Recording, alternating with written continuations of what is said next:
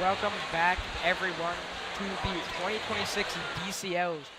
We're coming to you live from the BeeDe Center in Concord.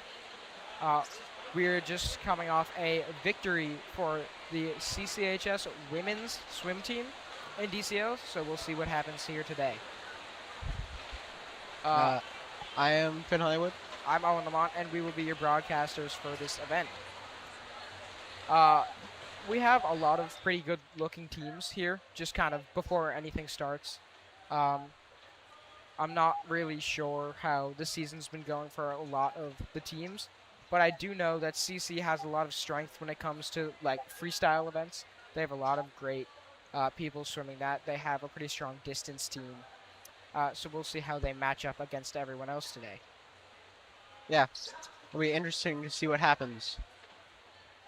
Our first event should be underway in just about 10 minutes, and that is the 200-yard medley relay.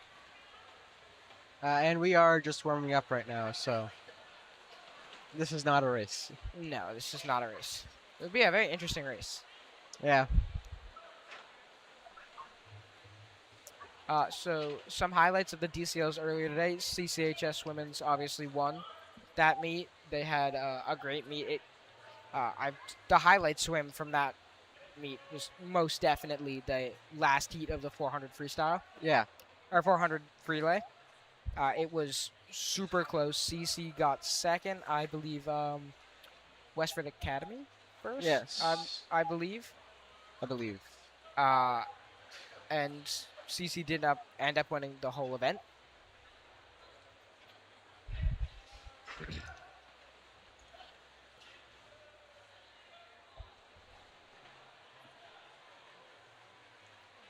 When the meet does start, we'll have Boston Latin in lane 2, Waltham in lane 3, Wayland in lane 4, Newton South in lane 5, and Bedford in lane 6.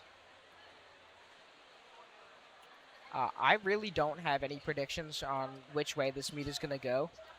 I know all of these teams have a lot of talent. Yeah.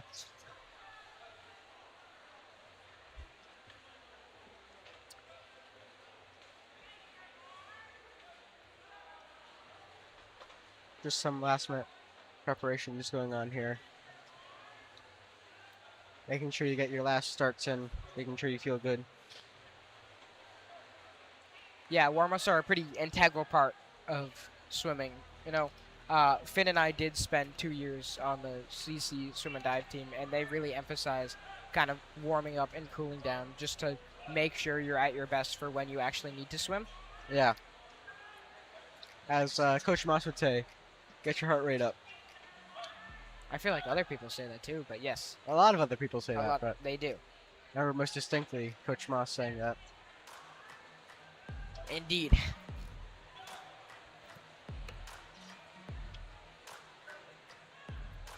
For the 200 medley, the putt time to get to sectionals, which is the next meet, is a 1:52.61, and the D1 state time is a 1:48.18.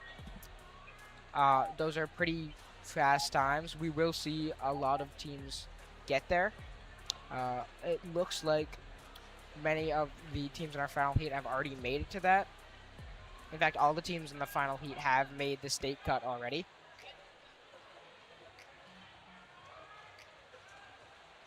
Heat 3 also will be interesting in the boys 200 medley because most of the teams have made the cut, but not all of them. Yes. And in Heat 2, that's where it really matters because they're just above the cutoff time. Yeah, and so one interesting thing about this meet in particular is that it's not just the fastest heat that scores. Yeah. You have just 16 of whatever swimmers or relay teams will get you points, and that really matters in events like relays. Yeah. Because you don't have as many swimmers, or something like the 500, where there are just few swimmers.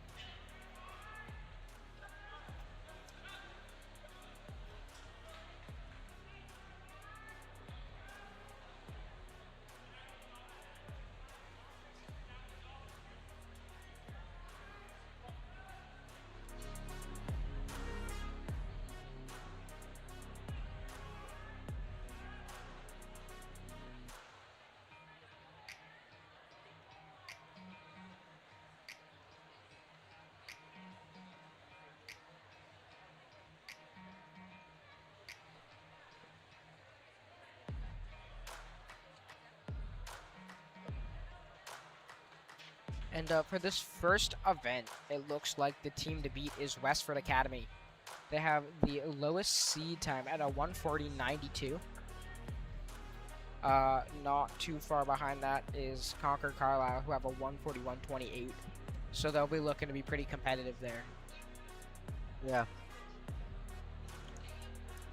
Looks like all the teams are now just starting to get their last minute talks. Get some motivation up, get some cheers in.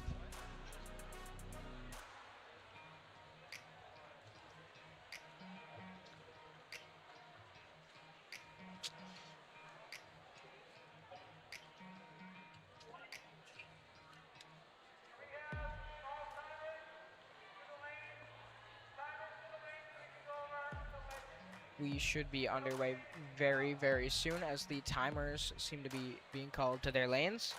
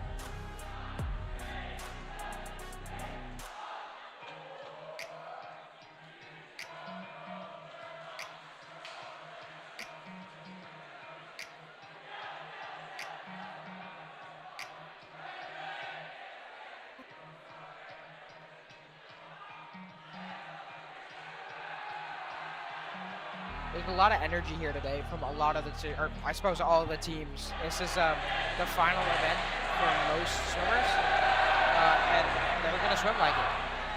Yeah. I think those people who just haven't made the cut yet, this is the last chance to do so.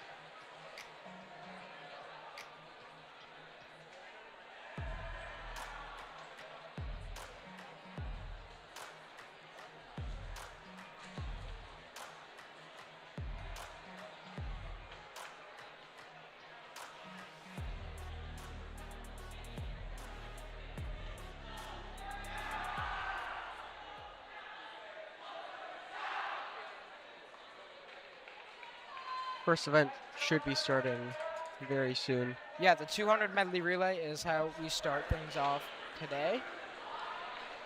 That's how things usually start off. Yes, yeah, I suppose you're right.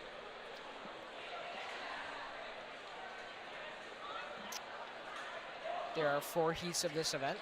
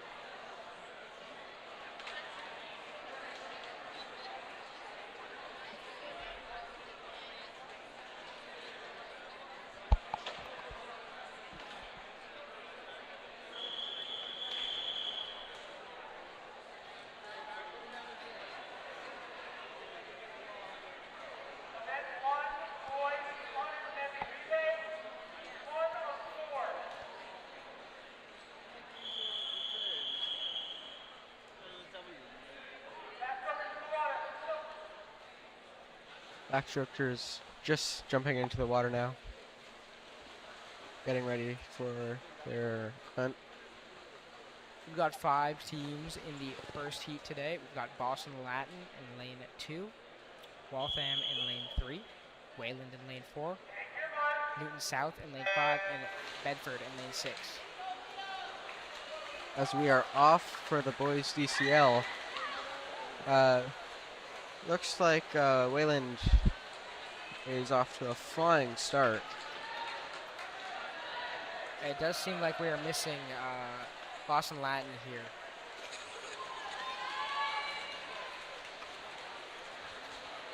Yeah, Wayland is off, and they are far and away the fastest so far. Your seed time is a 2:01. Their dive is good. The pullout is pretty long, but it does seem like Bedford has an answer to them, as they are just right next to them here. That's a very quick turnaround.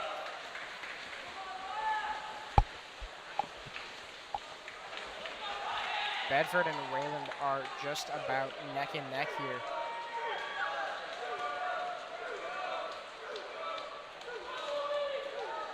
Wayland does get to the wall first. Off to Butterfly now.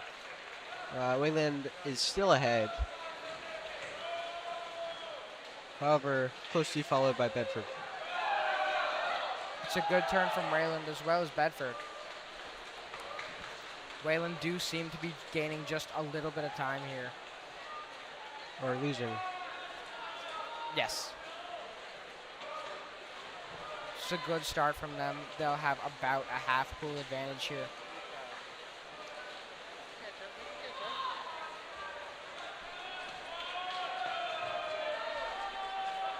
And seems like Wayland's gonna... Yeah, it looks like Wayland's gonna take this heat. They do with a 1:57.45. Which is a drop of 4 seconds. Good for them, good PB. We have Bedford in second with another drop, that's 5 seconds.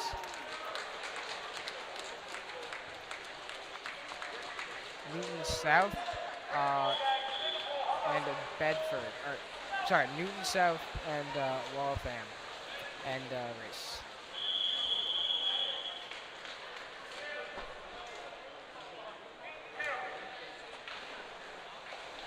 Heat 2 in lane 1, we've got Acton. In lane 2, we have Lincoln. In lane 3, we have Westford Academy. In lane 4, we have Bedford. Lane 5 is CCHS. Lane 6 is Cambridge Region Latin. Lane 7 is Weston. And lane 8 is Lincoln Sudbury.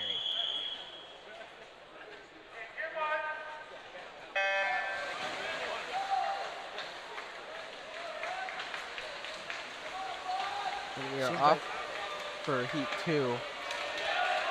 Yeah, seems like Concord Carlisle got the best start there. They're going to get the first turnout, but there is a very, very close race between them and Bedford by the looks of it. They're just about equal with CC just a little bit ahead. CC will get a start before they do. LS is also looking good in this relay. Yeah, LS are just a bit behind. It's not equal with Concord Carlisle here.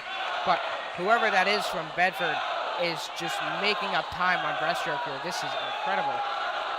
CC are going to stay ahead before the turn, but after the pullout, they are going to be just a little bit behind LS by the looks of it, maybe just about equal. It's LS, Bedford, and CC all tied at the front here.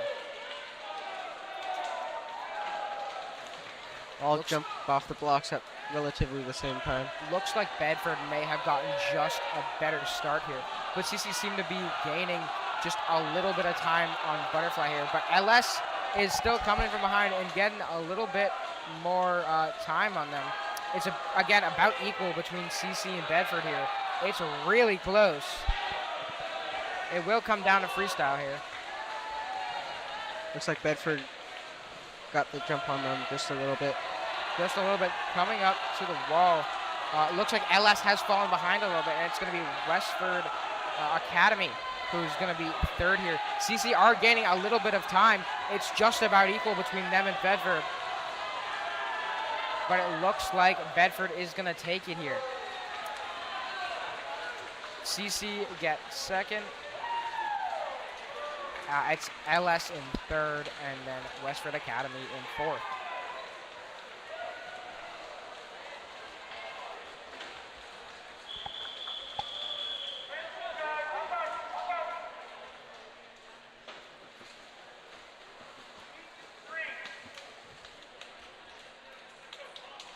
In this race, we've got Boston Latin lane 1, Acton lane 2, CCHS lane 3, Cambridge Ridge and Latin lane 4, Weston lane 5, Wayland lane 6, Westford Academy lane 7, and Newton South in lane 8.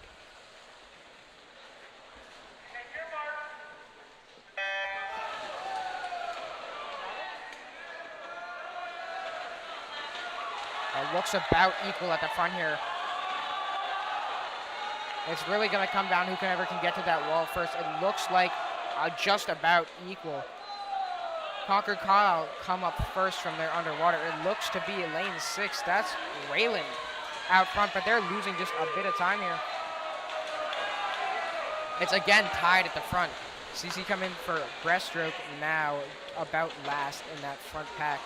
They do come up about third from the pullout. It's going to be, I believe, Cambridge Ridge and Latin out in front here.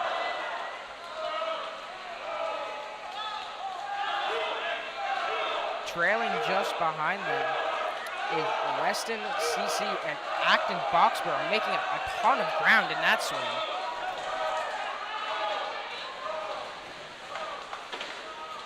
It's Acton Boxborough and Cambridge Ridge and Latin out in front here with everyone else trailing behind them. We've got a real close race between lane 5, 6, and 7. But it looks like it's going to come down to the wire for AB and Cambridge Ridge and Latin, and it's going to be AB who gets the first start. Looks like AB is ahead going into the wall. We'll see how this turn goes. They're just ahead here, but it's going to be close between them and Cambridge Ridge and Latin. And there's a really, really close race between Weston here, too. They're here as well, but it's going to be AB who gets one, then Cambridge Ridge and Latin, and then Weston.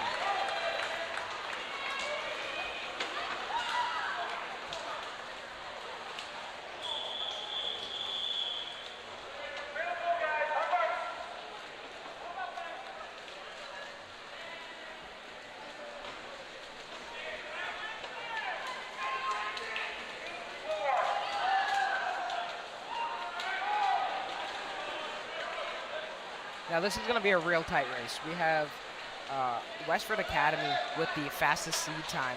It is just about a second ahead of CCHS. Not just about a second, sorry, about 30 milliseconds ahead of CC, who are in second here.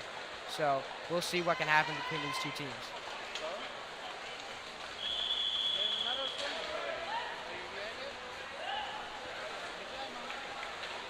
Backstrokers jump into the water there.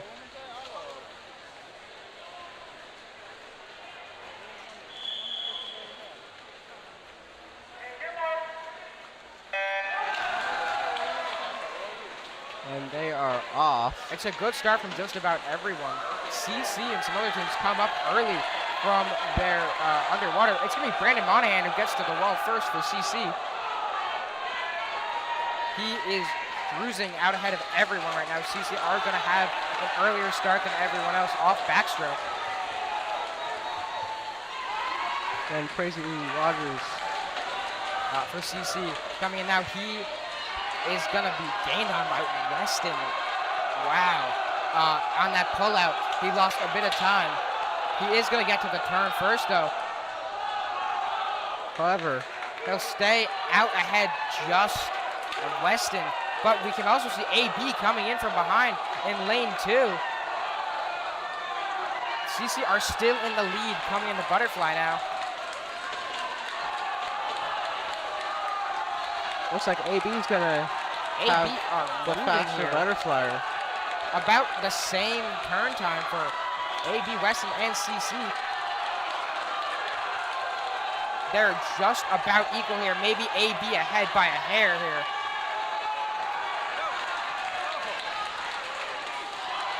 Now on to freestyle.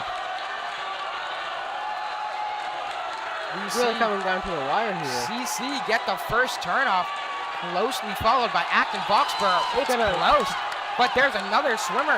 And lane 3, who is moving here. That is Wayland.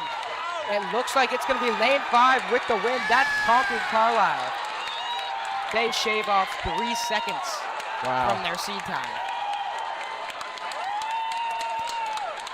That's a great finish. Second place is going to be just from behind Wayland. They were not anywhere that whole race, and they just made it up in that freestyle. That was crazy. A 1:38.89 is just 1/100th of a second off of the state championship relay last year. Wow. So 1:38.88. That's a lot of 8s. Indeed it is, man.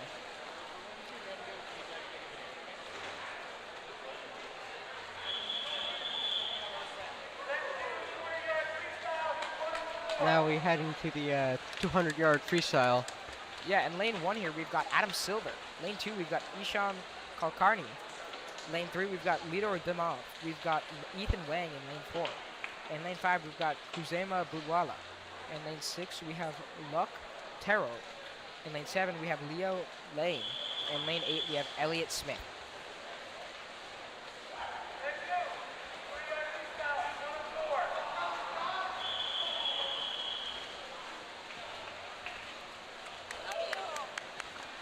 This is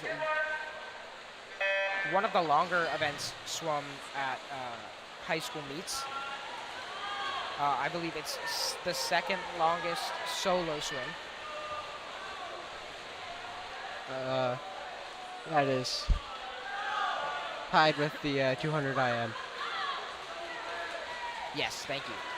And we see an early lead taken by Kuzema Butwala. He is just ahead here.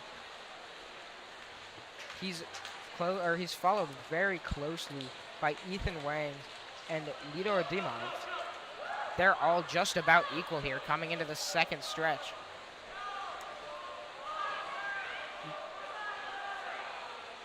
Off the wall, all 3 seem to be pretty even.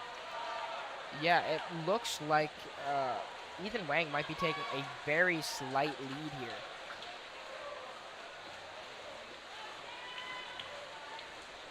He does get to the turn first. And he maintains his lead. Yeah, he's got just about maybe a yard lead.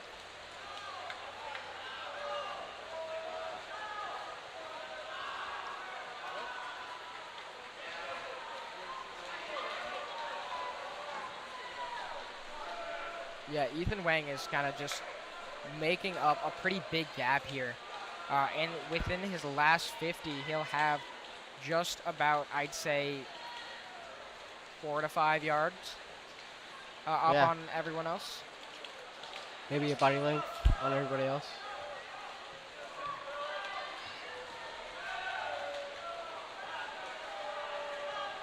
His turn is good. It looks like he is gonna get the heat winner here. Don't want to talk too soon, but no, I don't either. But I do think he'll take it here.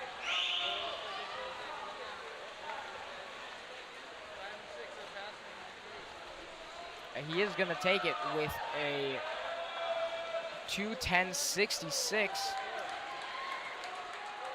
That's 4 seconds faster than his seed time.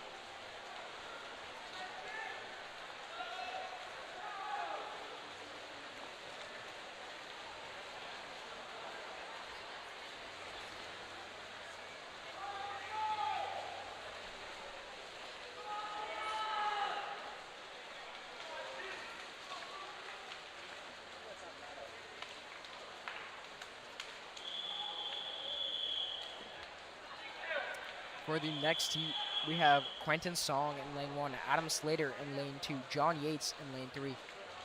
Ettore sees Zambati in lane 4. Jackson Alderman lane 5. Brandon Hobson lane 6. Owen Waters lane 7. And Henry Carelli in lane 8. Off the blocks, they're all just about equal. Yeah. Looks like lane 2 is really trying to use his legs in this race. Is what? Lane 2 is really using their legs in this race. Yeah. He might be taking the lead by just a hair here. He does seem to get off the wall first. That's Adam Slater.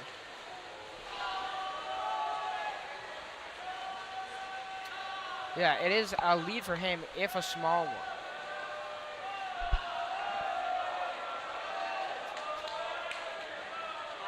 He's going to get overtaken now by lane 4. That's Ettore Zambati. He's followed closely by pretty much the rest of the pack. As we finish the first 100, it's going to be him in the lead, very, very closely followed by Adam Slater.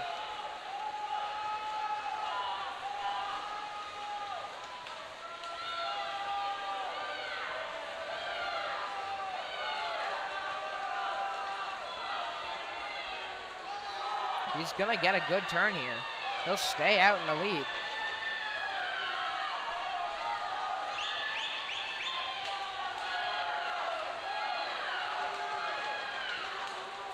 For his our second to last turn, he'll again stay in the lead, but he's closely followed behind by John Yates now.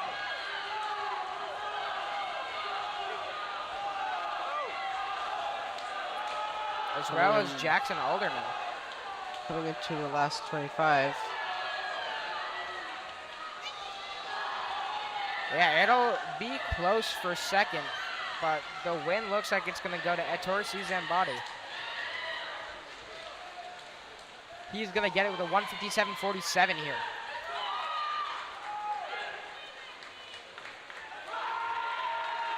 Which is a good 3 seconds higher than, or lower than his seat time, rather. And he also made the cut for sectionals. So good job. He did by very, very close margin. Cut's a cut. All right, lane 1, we've got Caden Watson. Lane 2, we've got Julian Scarano. We've got Aiden NG in lane 3. William Snyder Green in lane 4. Matthew Tan lane 5. Harry Gamber in lane 6. Stefan Belta lane 7. And Mikhail Sidorov in lane 8.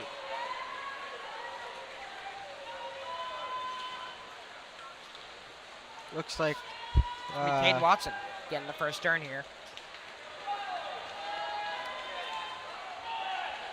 He's taking a bit of an early lead, but there's lane 5.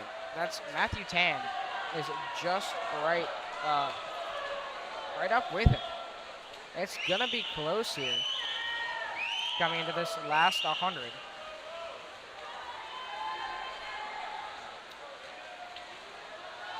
Caden Watson's gonna stay just ahead here.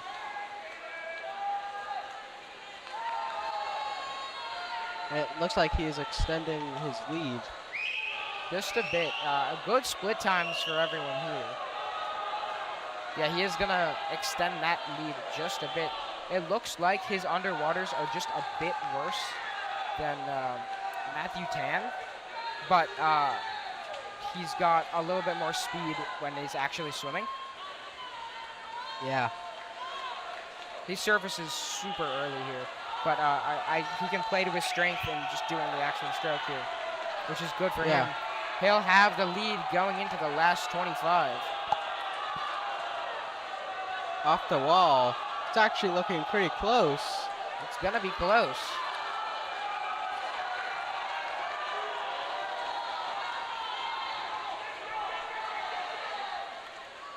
Coming into the wall. Caden Watson's going to do it with a 55.05 that gets him to sectionals.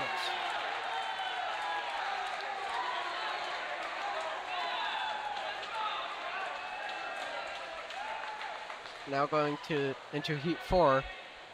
This is the real competitive heat. We've got Charlie Gamber in lane 1. We've got Gabriel Favalora in lane 2. Jerry Liu in lane 3. Aiden Goldson in lane 4. Jack Eady in lane 5. Jacob Barrett in lane 6. Sam Whitworth in lane 7. and Rokaskas in lane 8. Coming off the blocks, it looks like Jack Aiden. Eddy. We got Aiden Goldson is out Aiden ahead Goldson. here. Yeah, he's got a sizable lead for this part of the swim. He's followed very, very closely behind by Jerry Liu.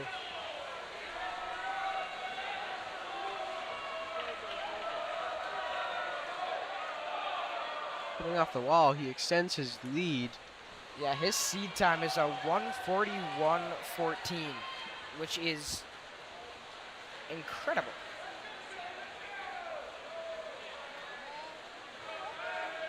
Yeah, he is moving here. He's gonna keep extending this lead more and more.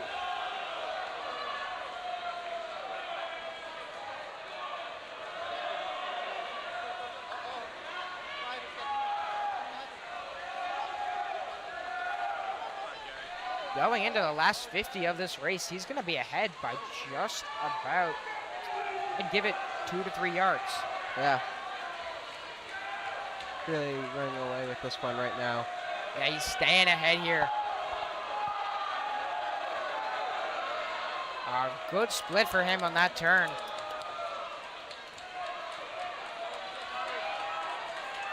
Coming into the wall, it's going to be a 140. That is a second off the DCL record, and it sets a new DCL meet record. Wow. Yeah, that is incredible. That was an amazing swim. Aiden Goldson, everyone. That is quite a swim.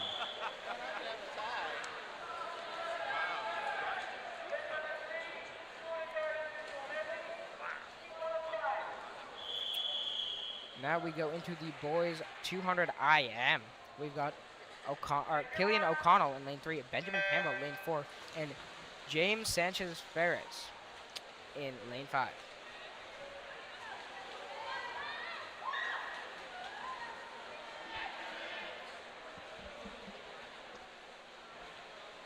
Coming off the wall, we have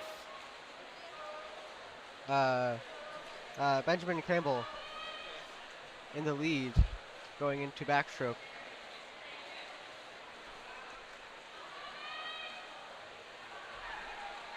On to backstroke. Campbell maintains his lead and is starting to extend it over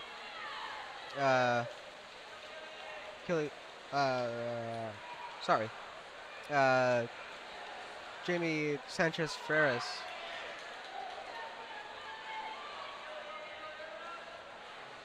Into the second length of backstroke. Almost 2 body lengths between the two swimmers. We'll have to see how this breaststroke pullout goes. Usually dictates how the breaststroke's gonna go. And it goes pretty good. However, it does look like Sanchez Ferreras might start to gain on him a little bit.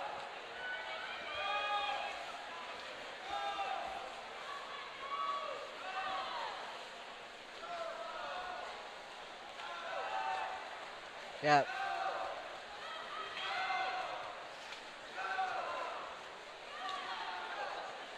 You can see them trying to give everything that they have into this race.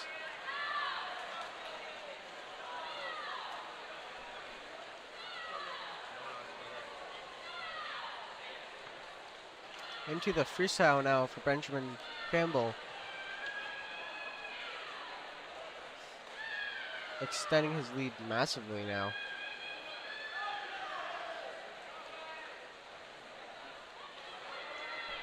Into the last turn. This always feels nice as a swimmer.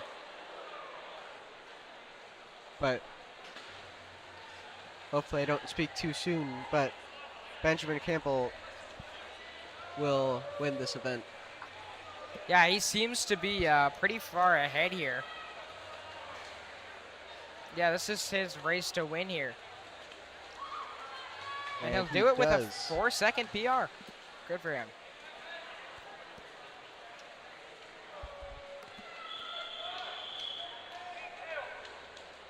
Into heat 2 now.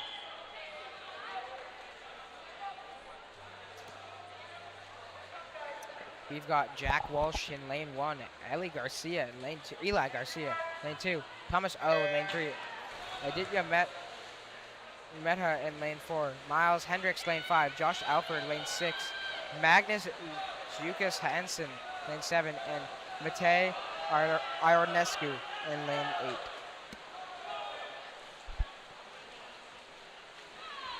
There's going to be an early lead for Miles Hendricks here.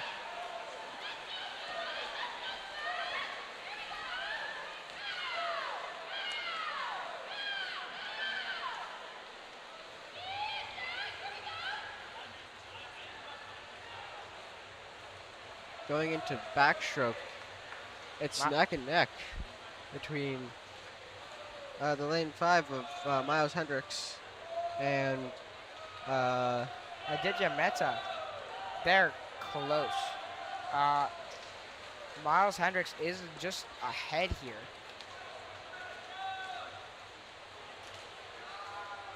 He is going to get to the turn first.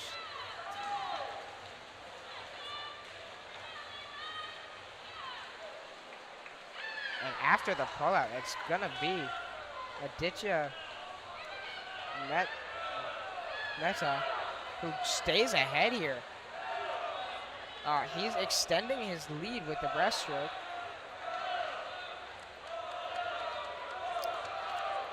He is going to be about 2 yards ahead coming into the freestyle.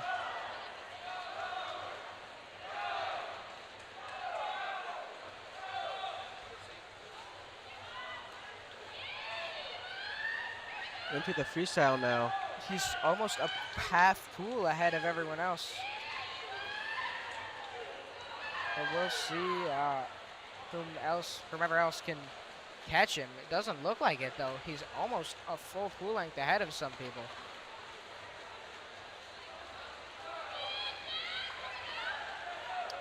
And it looks like he will handily win this race.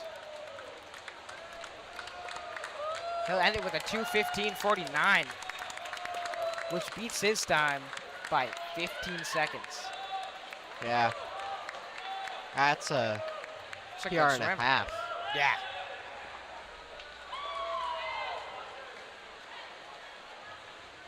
Practically a century in swimming time. Oh yeah, that's forever. Yeah. B3, we've got Brendan Liu, lane 1, Zach Gao, lane 2, James Top in lane 3, Ryan Foley, lane 4, Manny Vital, lane 5, Teddy Conway, lane 6, Takuma Sturman, lane 7, and Kangbin Jia in lane 8.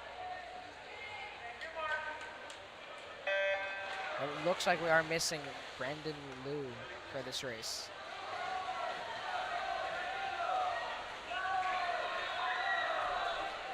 I'm seeing a bit of an early lead for him from James Tuck, but close, if not right with him, is pretty much everyone else in the pack. It's real close here. Going It's into gonna the be- wall. It's even. It's just about even. If I had to give anyone the lead here, I would give it to Ryan Foley.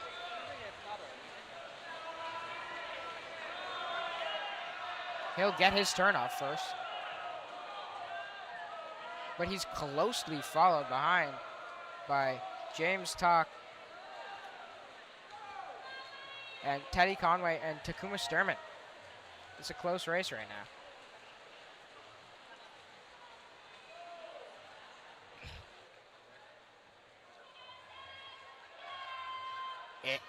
Into the pullout, it's going to be James Tuck who takes a great lead here with that pullout. He got a good yard or two ahead whilst underwater. He'll get his turn off first. It does seem like James Talk is pulling away from everybody else. Yeah, you got to focus on every stroke, but breaststroke is where you see a lot of gaps for him. Yeah. There's a big skill gap in breaststroke. He's going to get his turn to freestyle off first. He's closely followed behind by Teddy Conway.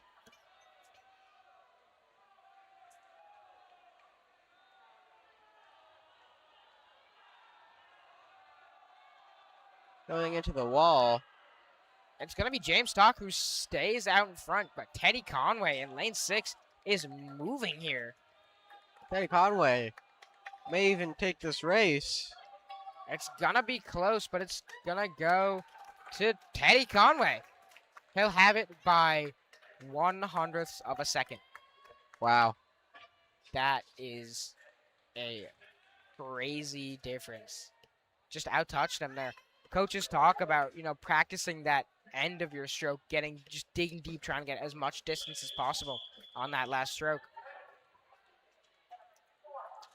Yeah, it really matters. It really does. All right. For Heat 4, we've got Leo Lee, lane 1. Russell Wong, lane 2. Lucas Zhang in lane 3. Harvey Homokla in lane 4. Presley Rogers, lane 5. Cooper Alderman, lane 6. Michael Huang, lane 7. And Jonathan Lee, lane 8. Early lead by Presley Rogers as he gets off the wall first.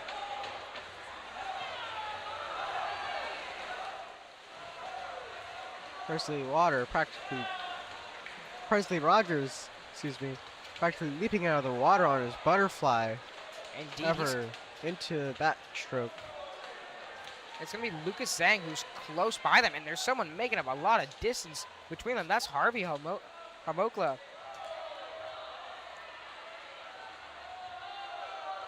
And they are just real tight up ahead. It's going to be Presley Rogers who comes out fastest off the turn. He's moving. And I do believe he is a very good breaststroker. So this will be a good time for him to hopefully make up some distance. And he does come out ahead from the pullout. He is still closely followed behind by Lucas Zhang and Harvey Homolka. Presley Rogers is going to get off the wall first, but it's close between him and Lucas Zhang. Coming off the pullout, it's neck and neck. We have to see what each swimmer can give in this last 50. Yeah, I'm seeing Lucas Zhang get a lot more glide in there. Presley Rogers is taking much quicker strokes. Onto the freestyle now. Presley Rogers seems to be just behind Lucas Zhang, but you can see Harvey Homolka taking a pretty good start for his freestyle. It's going to be Presley Rogers who comes out ahead here, though. Looks like he's got a bit of a lead going into the ending here. He'll be up, and he will get the win here with a 2:06 flat. That is 5 seconds faster than his seed time, and enough to get him into D1 states. Good race from him. Let's race here, Presley. All right, now we've got our last heat of the 200 IM. Lane 1, we have Cole Scafidi. Lane 2, we have Jack Galalis. Lane 3, we've got Brady Cam. Lane 4, we have Kevin Gia. Lane 5, we have David Ryu. Lane 6, we have Victor Ao. Lane 7, we have AJ Agarwal. And lane 8, we have Ethan Barrett. Coming into the butterfly, practically everybody made it to half pool there. And into the wall.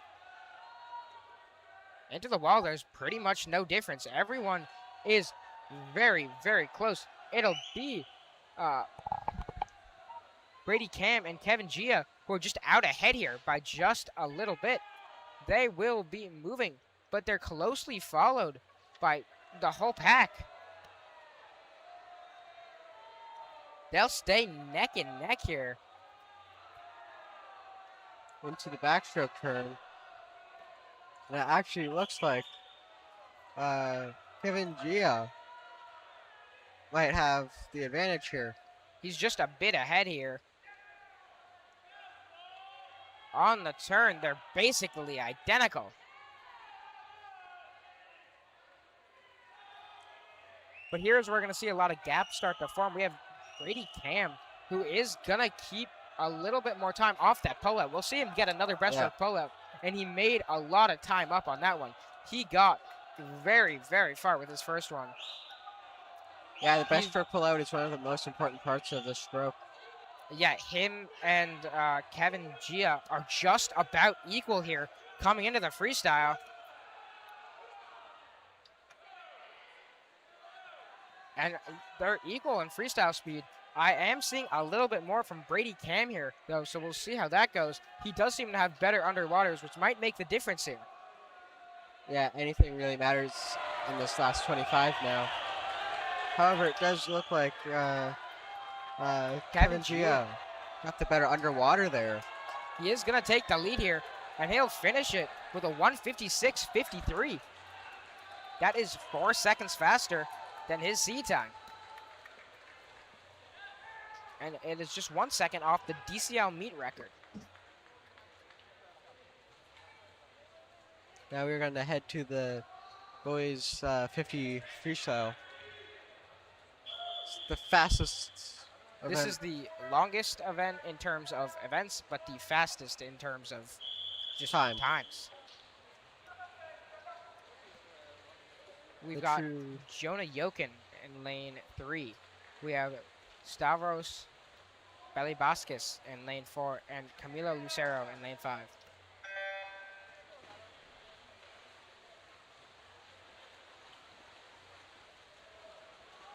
It's pretty much equal here. Yeah. Equal going into the turn. Maybe a little lead for Stavros Belibaskis. However, in lane 5, Camilo Lucero looks to be taking the fight to him. Yeah, he's making up a little bit of time now. It's going to be a race to the wall. It will be Camilo Lucero who takes it here. With a 33.11. That's going to be 2 seconds faster than his seed time.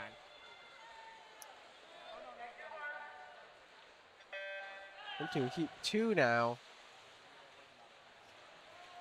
Heat 2, we see a really great start from Harsha Aravinda. He's going to stay out ahead for just a bit here. Going into the turn, he's still ahead. It's close, though.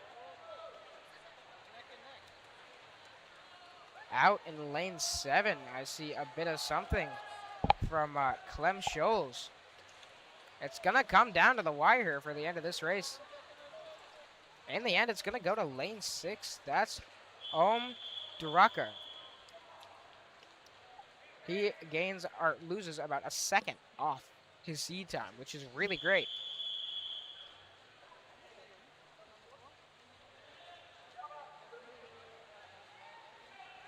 Now heading into heat 3. Seems like we are missing Mohamed Noor here. You see a really, really short underwater from Sirac Shaft there. He'll be very quick to start his stroke. They are all about equal here. It's going to be about the finish now.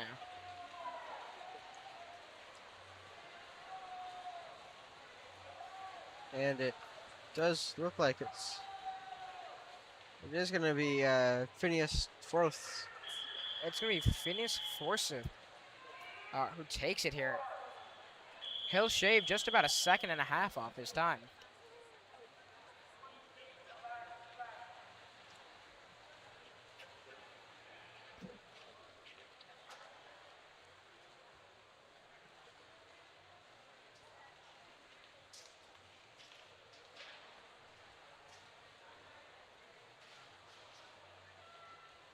Seems to be a bit of a timing issue here.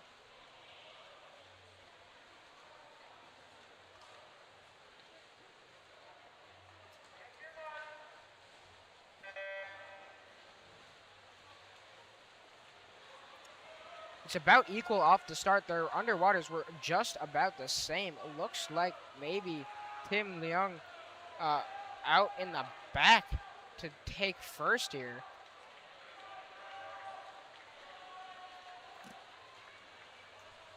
Will be close out, and it does look like Aditya Barik is going to have him here. And indeed he does.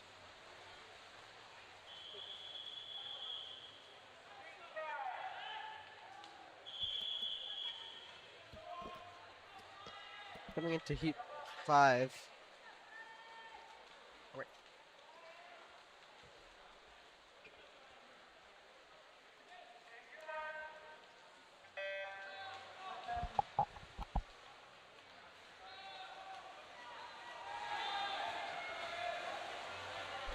Coming to heat 5, we see a pretty equal start from everyone. Maybe a little lead from Connor Kavanaugh out in lane 5. He's got just a bit on everyone else. We do see lane 8, Lucas Pacu is going to be gaining on him, but it is going to go to Connor Kavanaugh in the end. He sets a 27:48, which is 2 seconds faster than his seat time.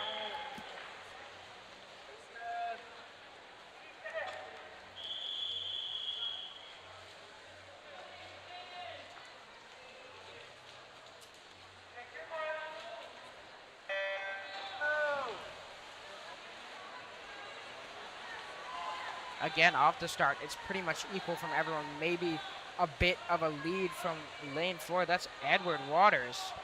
Teddy Waters out there. Yeah, he seems to have the lead just about here, but it is very close. He looks Lane like he's going 6, to lose it. Ethan Friends maybe just take it from him, and He's going to take it. He's got about 0.08 of a second off of his seat time here. On to heat 7 now.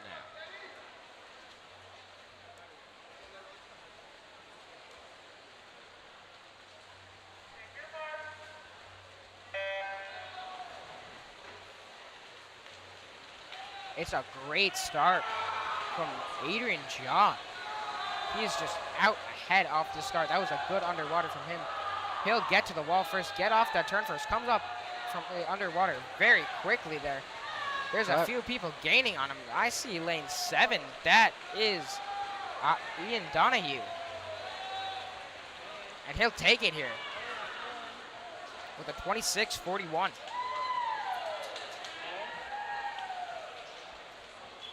That's about 2 seconds faster than his seat time.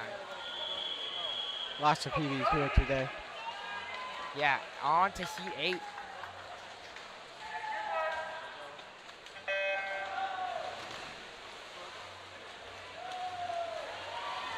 Appears to be neck and neck at the start. Yeah, just about equal from the start. Maybe a little something from lane 4. That's Jack Troy.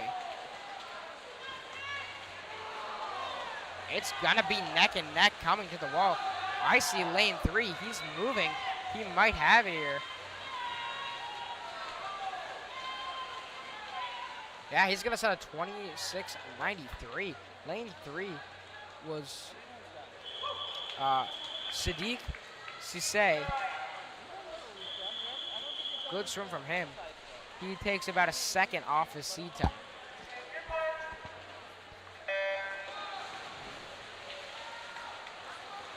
Again, off the blocks, they're just about equal. I see a little something here from Finn Mahoney. He'll get to the wall quick. He'll get off the wall quick as well. That's a good underwater from him. He is still moving. I'd say he's out ahead. Looks good for him. We've got a few people gaining on him. Out in lane 3, that's Adam Mold. It'll be close, but Finn Mahoney is going to take it with a 25:55. That is a 2 second drop. Maybe second and a half. Heat 10 now.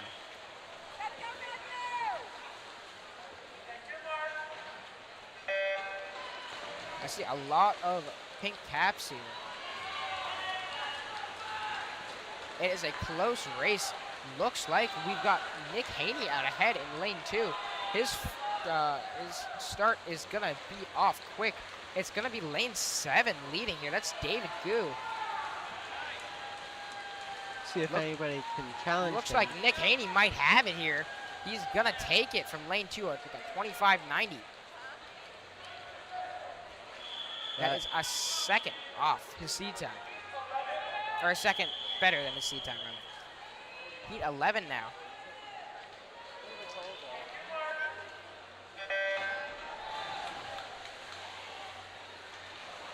They are moving once again. It's just about equal.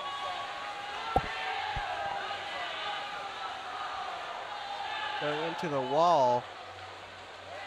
Again, is equal off the wall. I'm seeing a little lead from lane 8. Who's that? That's Laser Vyakovich. He's not going to have it, though. It's going to be lane 1. That's Louis Banu. Takes a second off his seat time. On to heat 12 now.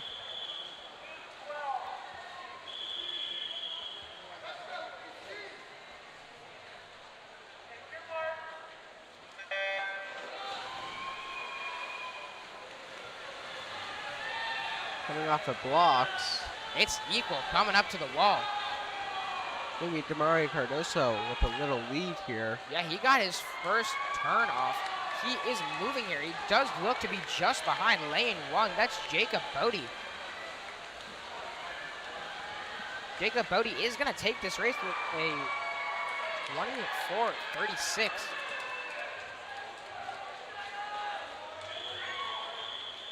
Which is about 2 seconds off his seed time.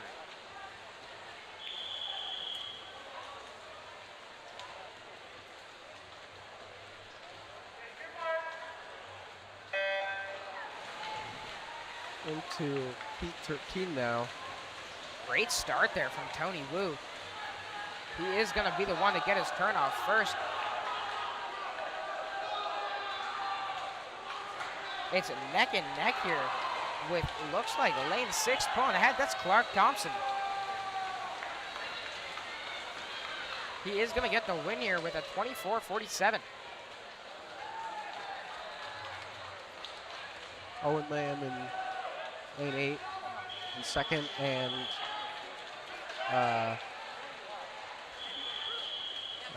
Desmond Long in third.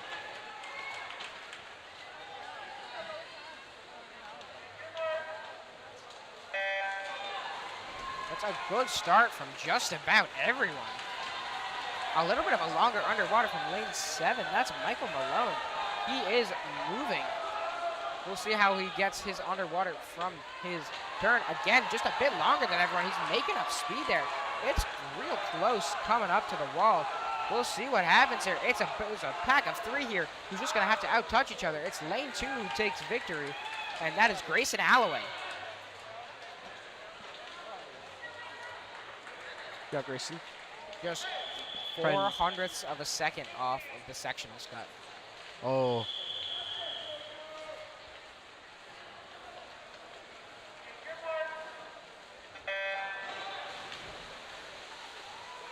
About equal from everyone out, and maybe just a bit more from lane 6. Lane 6 has been fast today. That's gonna be Massimo Selvig, and he is out in front of everyone. Just got those good underwaters here. He's gonna keep moving. Gonna stay out in front here. Maybe someone to challenge him, but no, he's gonna take it with a 23.34.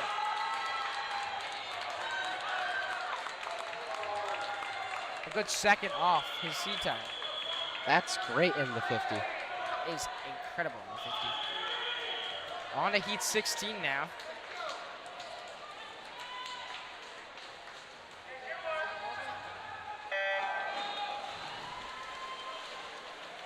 Everyone gets away from the blocks pretty well.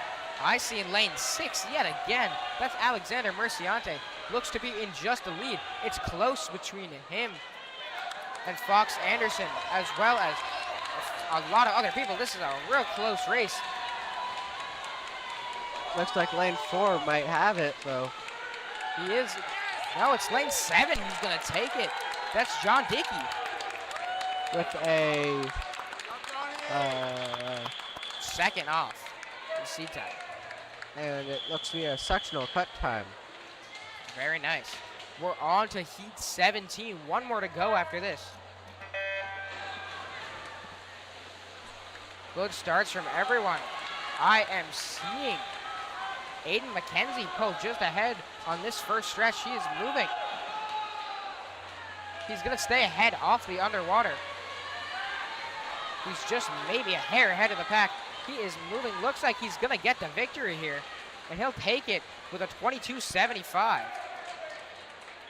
That is a D1 state cut for him. Now we head into the last heat of 50s. This is the last heat of the 50-yard freestyle. This will go by quick.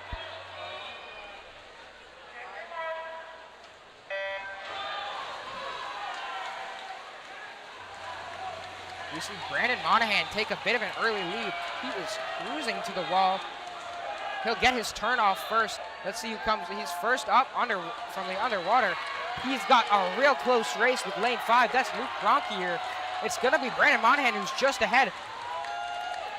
And he'll get the victory with a 21.65. Which is about 2/10ths of a second off of his time. Man, some close races here today. And a 21.65 is equal, or is better than the 2025 champion. So we'll see. And now we have We've got a mid-meet mid-meet break. break now.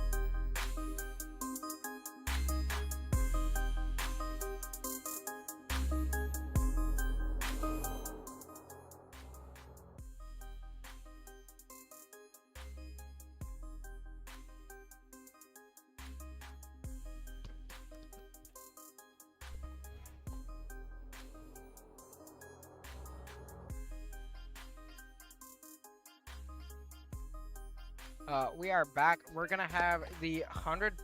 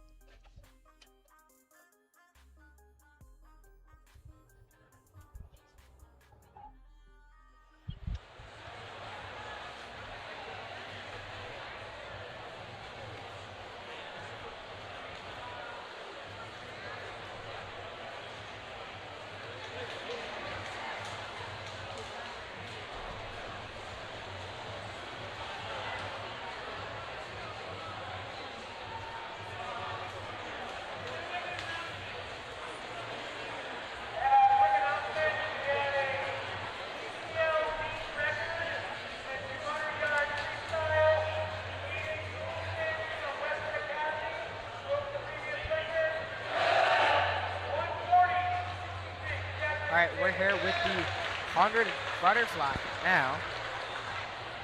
5 heats in this event.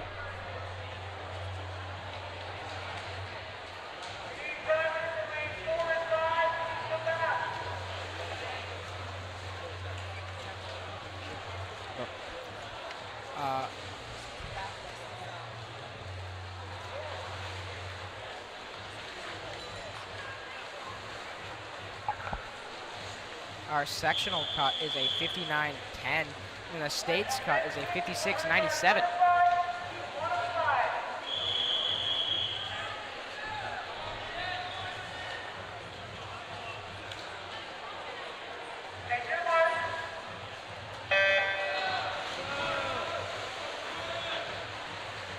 We've got a very good start from Eli Waisman. He's gonna lose the lead though to Ethan Wang very quickly. Yeah. He'll stay just ahead here.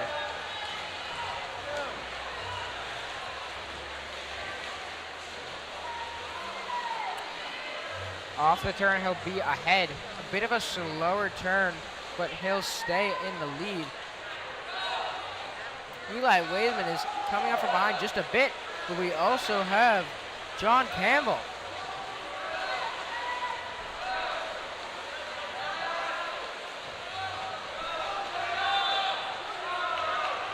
It is a short wall there for Ethan Wang.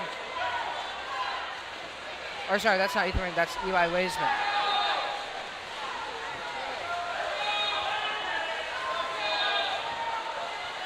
Heading to the wall, it's going to be close. There's going to be lane 4 of Arjun Tuli. Eli Waisman is lane 4. You're good. Yep. It's going to be Eli Waisman who takes it. Arjun Tuli is going to take second here. It's a very close, very, very close finish. Just 1/10 of a second between them.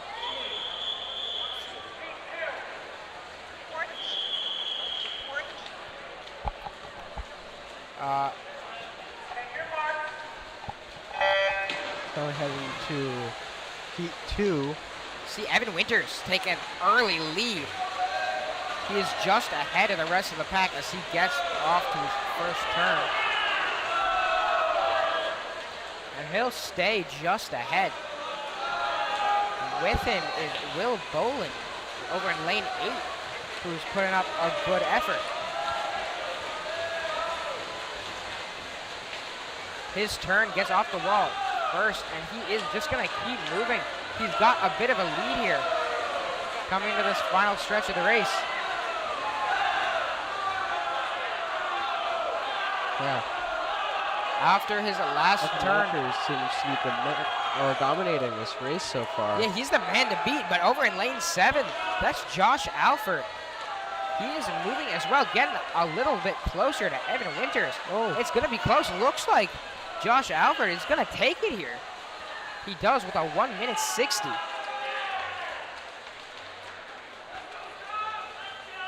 Evan Winters, the leader for most of that race, sits a 1:01.93.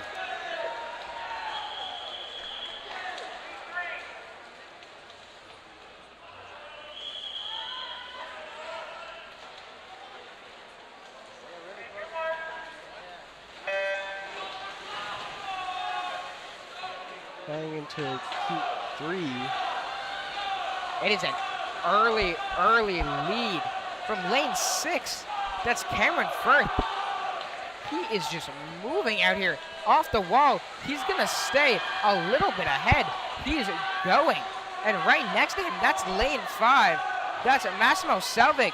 He's not going to quite have it. It's going to be a late rush from lane 3 to get to that first turn. It's going to be Michael Malone who will stay ahead here.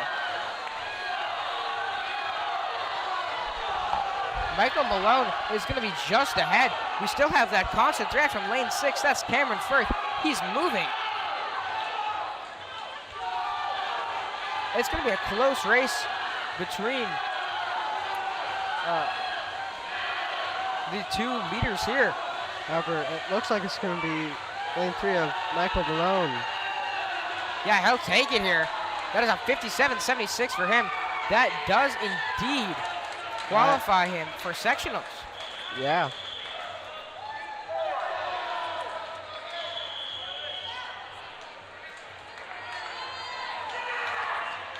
Heat 4 now.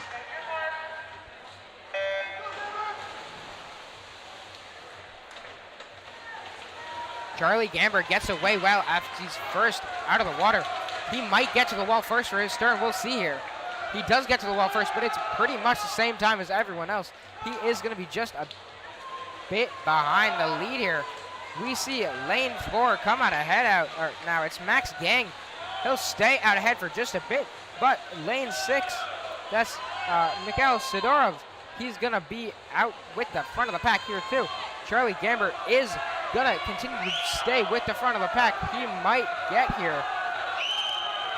Charlie Gamber looks to have found a second wind. Yeah, it looks like we've got 2 Acton Boxborough swimmers in the lead here. We've got Mikhail Sidorov and Max Gang who are moving here.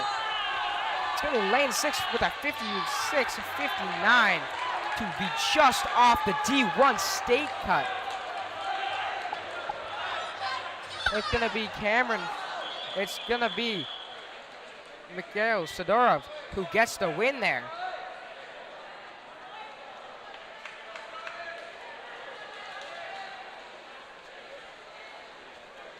On to heat 5 now. This is the last heat of this race.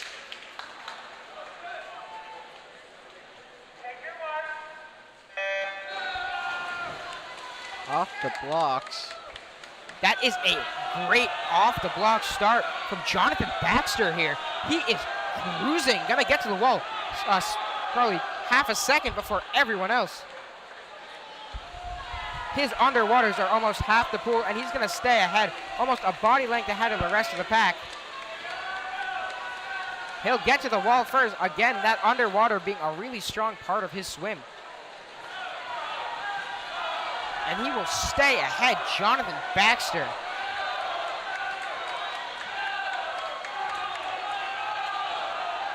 He is just gonna stay out ahead here. His sea time is a 54.30, and he's looking to smash it here. He's gonna get close. Looks like he's gonna take a commanding victory here. Yeah, he's gonna win it with a 52.39.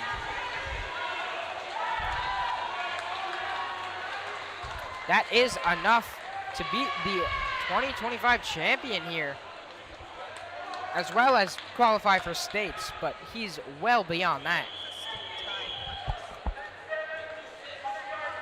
Now we get into our next swim. That's a 100-yard freestyle.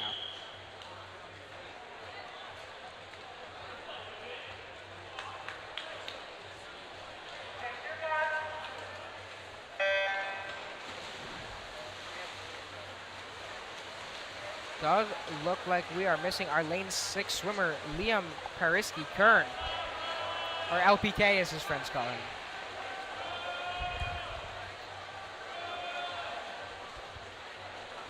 We're gonna see a pretty early lead here from 2 swimmers. They're real close. It's gonna be Alfred Shee and Henry Gittins. But we see Louis Kaku out from CCHS, kind of just taking a real nice lead here. It's going to be close between him and Alfred Shee and Henry Gittins. they're the top 3 now. It'll really come down to whomever can get to the wall first here. First turn's gonna be from Louis Pacou, and he's just gonna stay out there.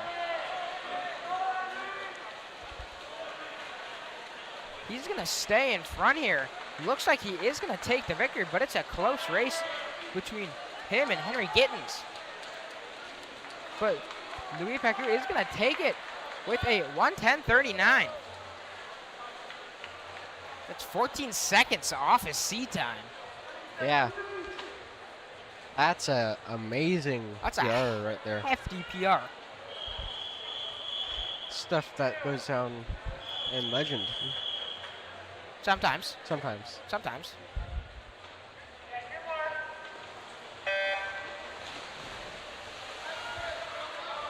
Pretty equal start from everyone, but we do see our lane 4 swimmer, that is Adam Silver, take a bit of a lead ahead, but it's going to be a short one because Nabil Ortiz is going to overtake him to the wall.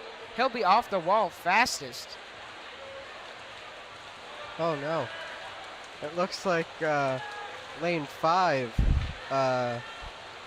Phineas Forth's, maybe his goggles came undone there. We'll see here. Yeah, it does look like they're off. Yes, they are off. Very unfortunate. We'll see the lane 3 lead throw of Nabil Ortiz. He's just going to keep on moving. But this is a valiant effort from Phineas Forsyth, who is going to keep up with him without his goggles. Maybe even win this race. Yeah, it'll be a close moving. race. He is cruising here. He might take it without goggles.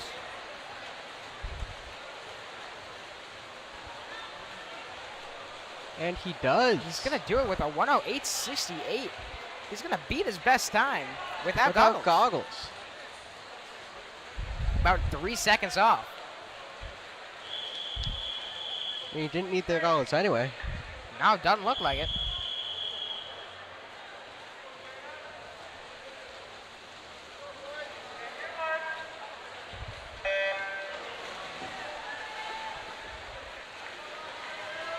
It's a real good start here from Brian Chin.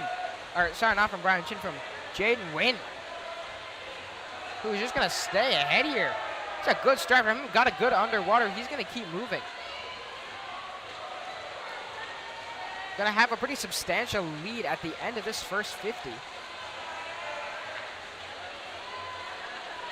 And he is going to keep on dropping time here. Second place seems to be pretty hotly contended by 3 swimmers from CCHS. But it's going to be Jaden Wynn, who's just going to blow everyone out of the water here. He's a half pool length ahead of the rest of the pack. He is commanding the pool right now.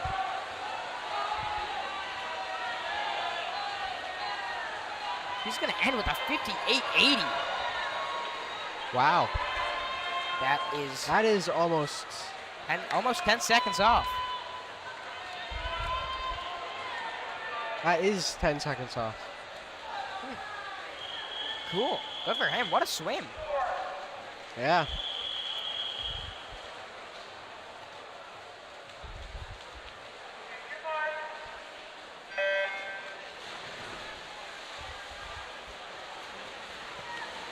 Pretty equal start from everyone here.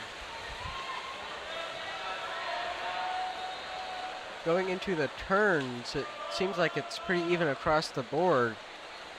Yeah, I'm seeing just a bit of a lead here from our swimmer in lane 5, Lang Wan. But that's a hotly contested lead as lane 2, Owen Root, or sorry, lane 2,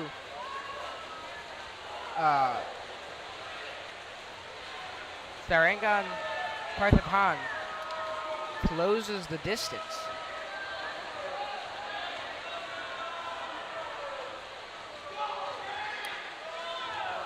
But it is, in the end, going to be our lane 5 swimmer, Christopher Chen, who just comes out ahead of everyone else here. He'll set a 1:01.81. which is enough to beat his previous record by 4 seconds.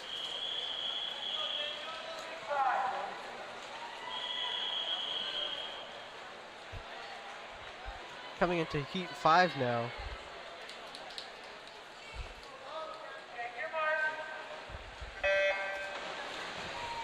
That's a good start from Owen Root. He's just ahead of the pack here.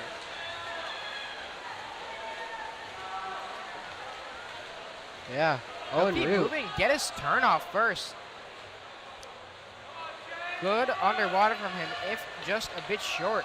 He's gonna stay ahead, but hotly contested by lane 7. That's Lucas Alexander Katz. It also looks like Mateo Lazaro is coming back at both of them now, too. Yeah, it's a 3-man race here to see who can win. And then there's whomever is in lane 4. That's Chase Camo. He is going to be neck and neck with our top 4 here. Looks like Owen Root is going to get his turn off just second behind Lucas Alexander Katz. It's a close race between the two of them, with just 2 falling behind. Looks like it's Owen Root out in the lead, but it's close. It is Not him going- who wins. It's going to be Chase Camo, who's going to win this race for Boston Latin. Seems to be a little bit of a timing problem right now. For some reason, Owen Root's time is not reading. He may have won that race. We just don't know right now. On to heat 6.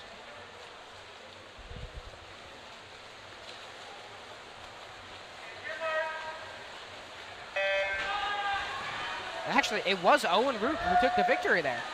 Wow. It's going to be Damari Cardoso out ahead here. Into the turn. He'll stay just ahead Just ahead, but being contested. by Ben Right. Nozzo. As well as Luca Perez Biancardi. All 3 of them get off the wall in pretty much simultaneous fashion. They are neck and neck. We also have lane 7. That's Eric Kim with them.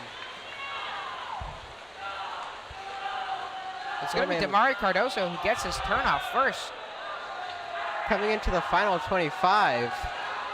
It's a 4-way race. And it seems like Damari Cardoso is Just leading it ahead. right now. But lane 7 is coming back at him. But Damari Damari's Cardoso got takes ahead the of- win. With a 58-20. That's 3 seconds off of his best.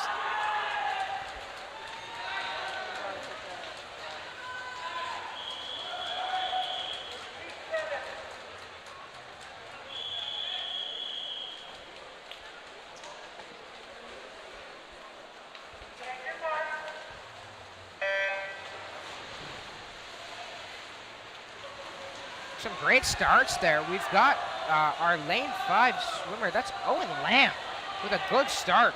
He's going to get to that turn first. See how Lamb comes off this wall. He's going to stay out in front by just a bit here. It's a hotly contested lead, though, as Louis Bonneau is going to take it over.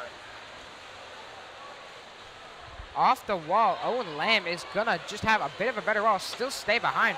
Also, lane 7, that's Austin Lynn, who's going to be just ahead of Owen Lamb. Coming into the final wall. This is Louis Bonneau's race to win here, but it's close. Turned Owen in- Lamb is going to be right there, as well as lane 7, that's Austin Lynn. However, it looks like lane 4, Louis Bonneau will take the win. Yeah, he'll take it with a 56-17.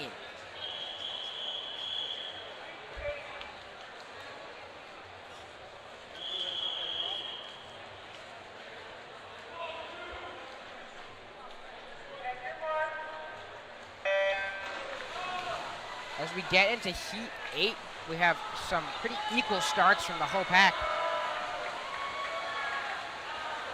Looks like just ahead is lane 6, Sid Kanjua. Kanduja, apologies. He's going to stay just ahead here. But lane 1, William Yu is going to make up just a bit of ground here. He'll be second, and he's close.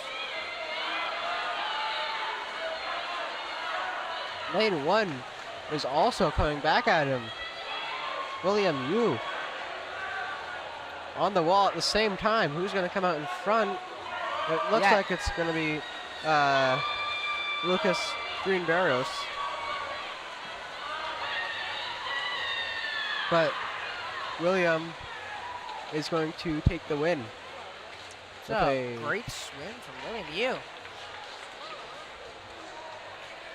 It's a 5.4.58. That is a very quick swim.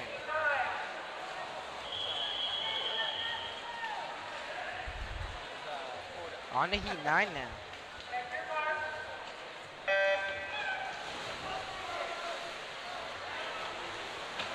It's going to be lane 5 who gets away the best. That's Michael Langyo. He'll stay just in front here, but not by much. It's a hotly contested lead by most of the other swimmers here. I like what I'm seeing here from lane 4. That's Brendan Murphy making up just a bit of time here. Good long underwater there, but lane 7 is going to be gaining too. That's Clark Thompson.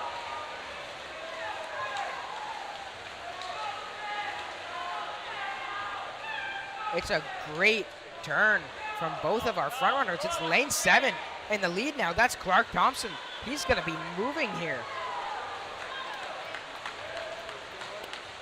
And it looks like Clark Thompson's going to take this race. With a 53.93.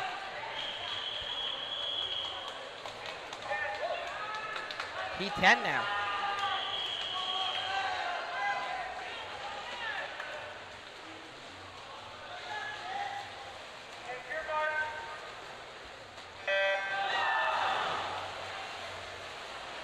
It is basically the same start from every swimmer. However, Lachlan now it's just ahead here. Gets to the turn first. He's going to be moving. Lachlan Mowat coming out as the favorite in the first 50. Yeah, he'll be just ahead here, getting onto the second turn. He'll stay ahead by a good margin here. He's closely followed by his two teammates, Grayson Alloway and Alexander Merciante, but it doesn't look like they'll have him here. He is cruising. Lachlan is just running away with this. He's going to get off the wall before everyone else. Unless they can make something happen in this final stretch, he'll take the win. Something may happen here. Lane 6. That's Jay Nguga. But it's going to be Lachlan Mowat who takes the win, and he's going to qualify for sectionals. With a 52.37.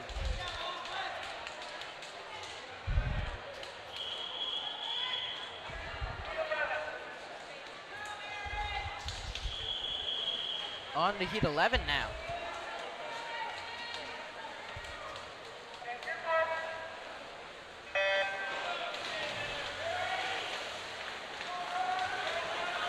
It is a identical start from all of these swimmers.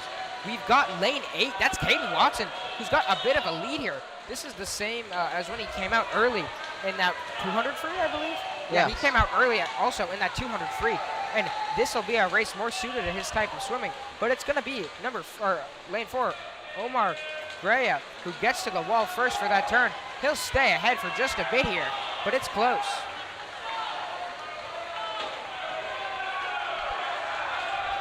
He'll get off the wall first, but it's a close race between him and Aaron Gow. Caden Watson, again, is there. He's close. His coach is cheering him on along the pool.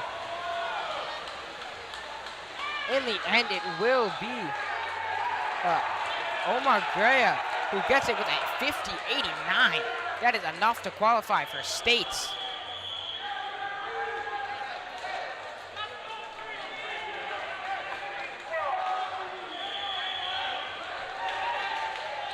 Last heat of the 100 free now.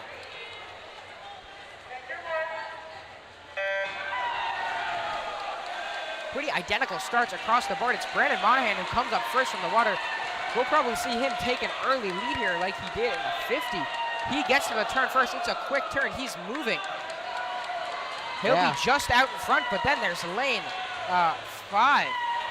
That's Jerry Liu, who's close behind him. Monahan is going to get off the wall first. It'll be close between the top 3 here. They are just moving.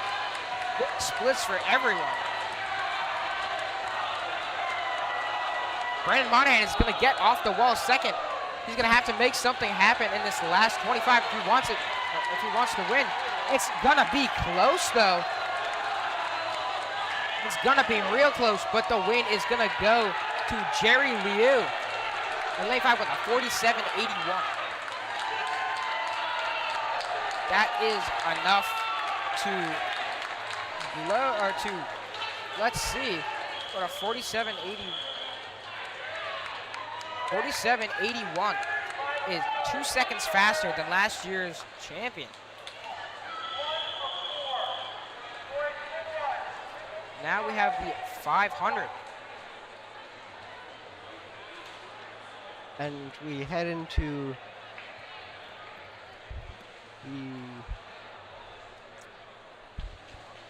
the 500 freestyle. The distance event. Yeah, this is a pretty long race. Longest they swim in high school. Yes.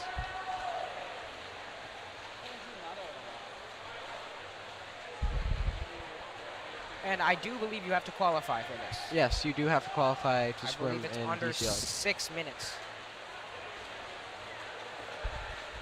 Pretty even pack up ahead now.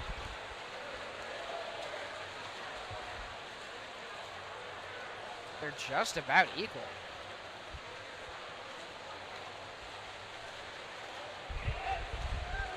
Continuing on, seems like lane 4. Mateo Lucente is gonna take the lead early in this race.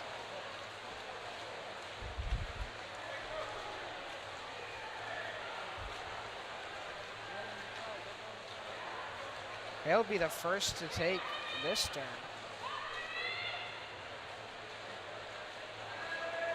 But it's still pretty close here.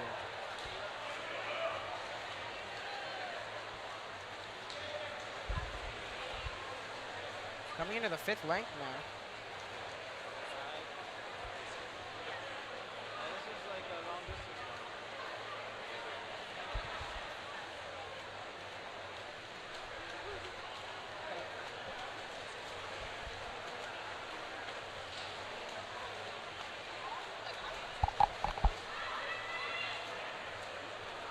It's gonna be Mateo Lucente who just stays ahead here.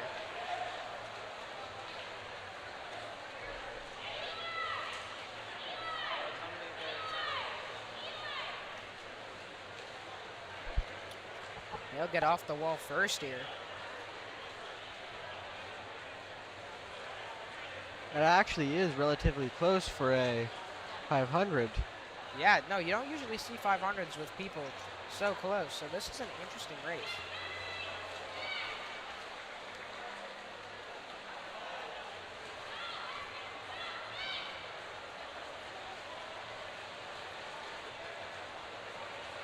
We're gonna see Mateo Lucente just stay ahead here.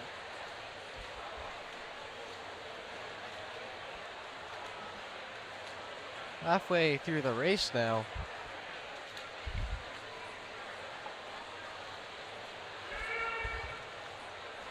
Now it's just about digging deep and Yeah, trying now, to forget that you're in one of the longest races. yeah, you don't want to think about how much you have left. You want to know how much you have left, but you don't want to think. Yeah.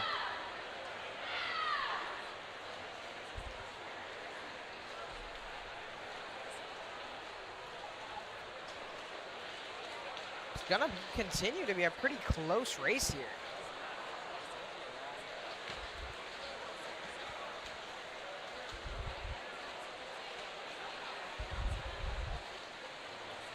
We've got Mateo Lucente just staying out ahead here. It's close. Close to him is Charles Phelps.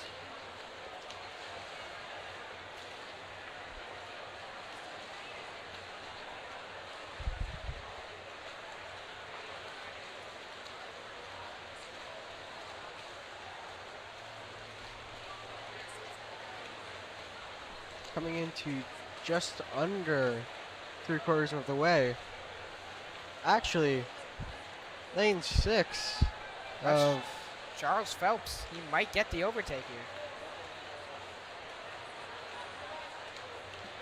coming up to the wall. We'll see. Have to see how this underwater goes. Yeah, it's just about equal between the two of them.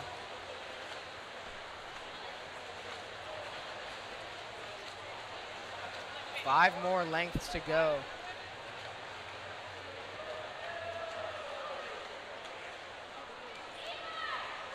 Now, some people would argue that this is one of the hardest swims because it is the longest event, and I agree that it's very difficult.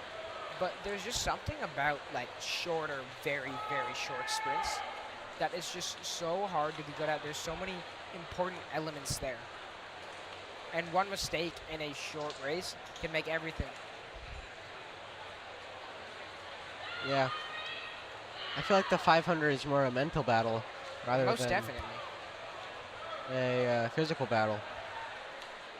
I mean, you are hurting here, though. Yeah. Looks like Charles Phelps stay out ahead here. Just about to hear the bell.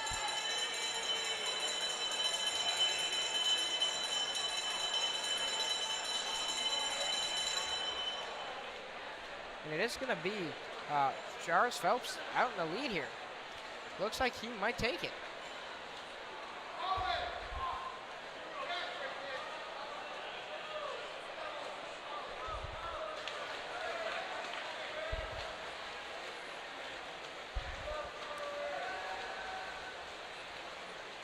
Yeah, and he is going to take it, and it looks like LPR here. Yeah, he is going to take it with a 5:46.22, which is a 10-second personal best.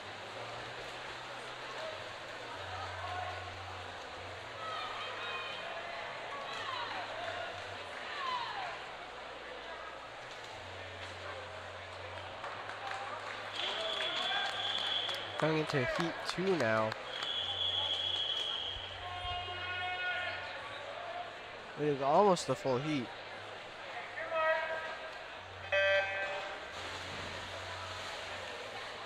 Off the start, it's pretty close. Olin Waters gets away pretty well. And in lane 1 we have John Doyle.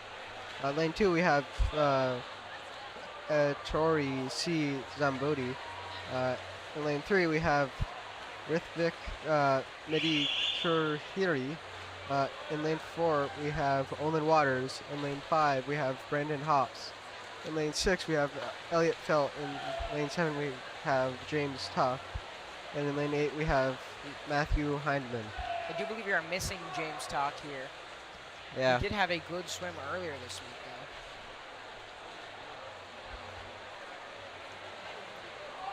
though. Does seem to have been a lot of stretches Yes, yeah. this week. We see John Doyle getting a pretty small lead here.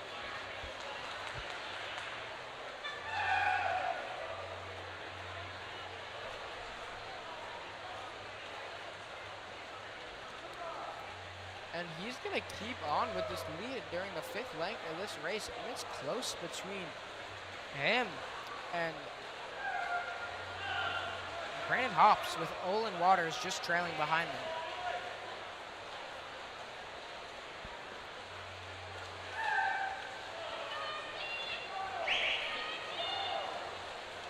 Olin Waters is making up just a bit of ground on these two. It looks like Olin Waters is starting to pick up the pace.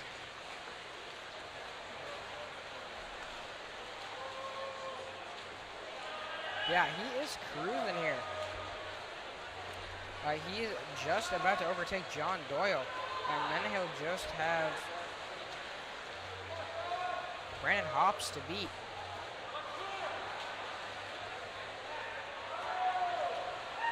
And also lane 1. John Doyle. He is cruising. Silently challenging.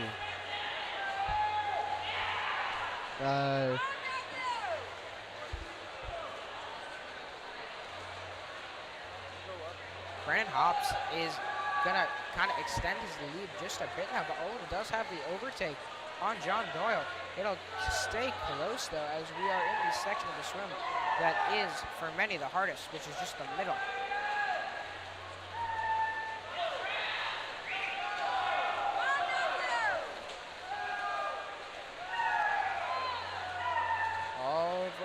Halfway done now. Wait, more than halfway done now. And it's going to be Brandon Hops, who just stays out ahead. Close race here between Olin Waters and John Doyle.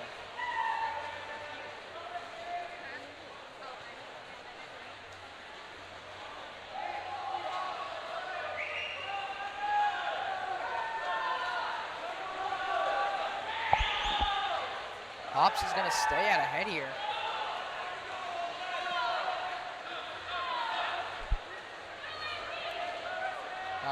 Waters gets a good wall. He's going to have more of a substantial lead over Doyle here.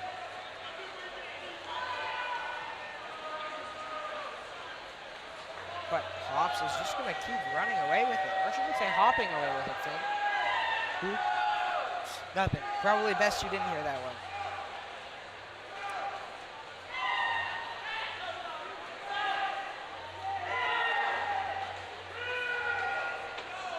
Brandon Hops is just cruising here.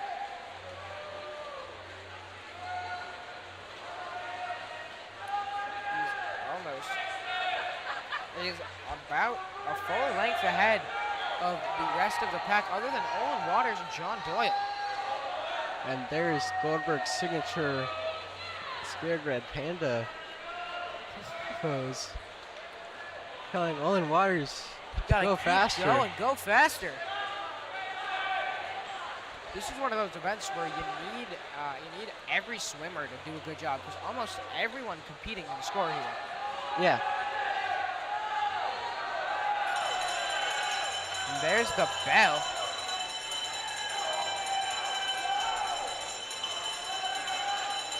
And we've just got Brandon Hops out ahead of the rest of the pack. And it's not close. Olin Waters is not too far behind them. Brandon Hops will be hoping to make the sectionals cut. He's close, within 4 seconds now. And he'll have the sectionals cut.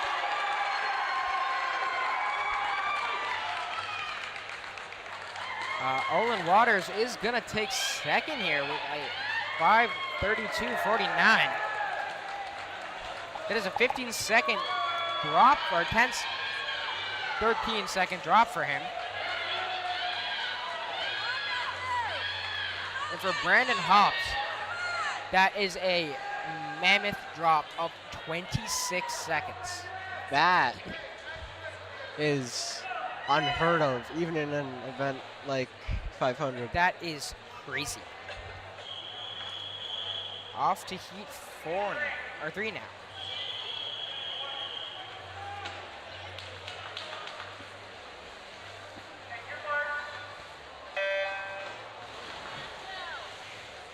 Now we have Matthew Tan in lane 1, Joseph Fuhrer in lane 2, John Yates in lane 3, Manny Vitale in lane 4, Shoei Yakawa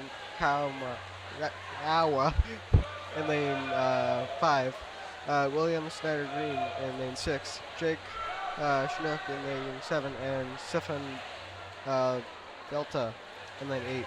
Yeah, it does look like we're missing William Snyder Green and Jake Shinchuk here in this race.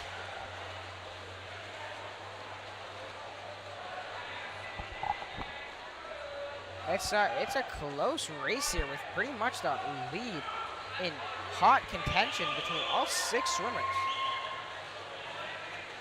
Maybe a little bit ahead is Joseph Hemmer.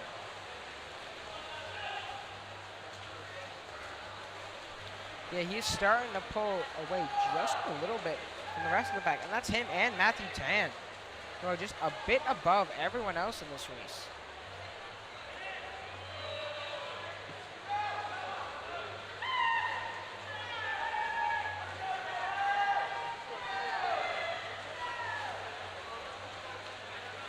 they're going to continue as our front two.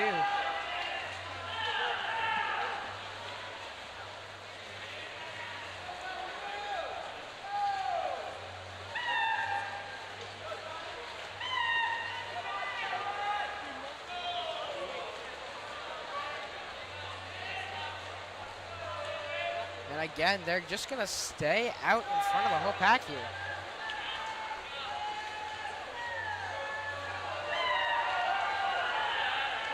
Now this is the part of the race where you just want to cruise. Yes, yeah, you are tired here, but you got to keep on moving. Again, we've got Joseph Hammer out ahead by a bit of a margin, but we've got in lane 5, Shohei Yamakawa, who's just pretty solid third here, moving up maybe enough to beat Matthew Tan.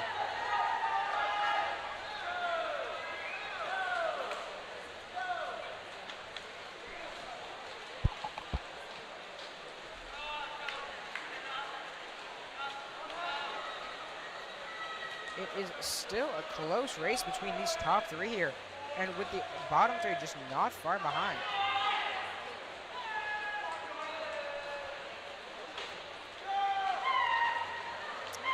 More than halfway done now.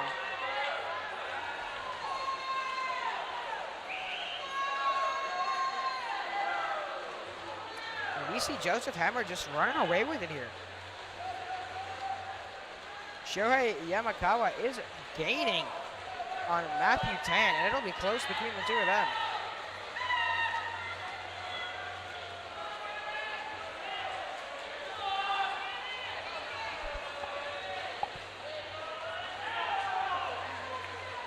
Yeah, Joseph Hammer is just cruising here.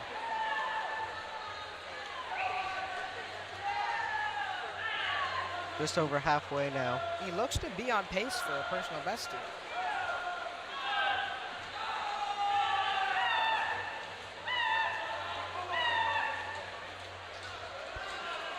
Yeah, just 15 laps in now.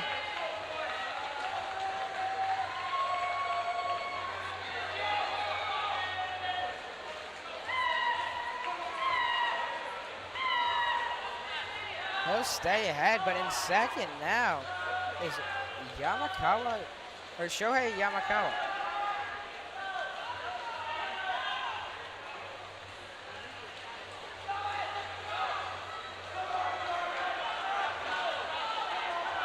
Looks like they're just gaining a bit on Joseph Hammer, but it likely isn't enough as he's got this gargantuan lead out ahead here.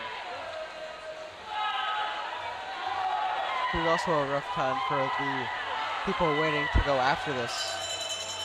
You got nerves here, and you got a lot of them. You just want them to be over so you can just get out of your own head, but...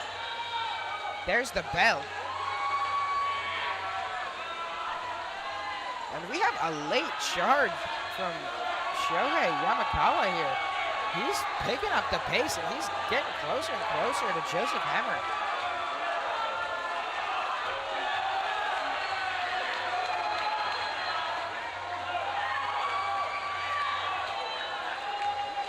Joseph Hammer is going to make the cut for D1 States.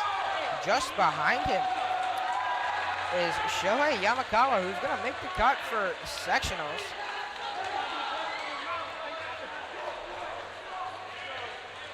As is Matthew Tan.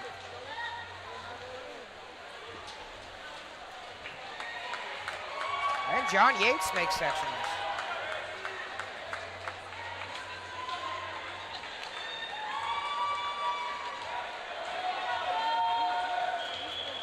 Last heat now of the 500 freestyle.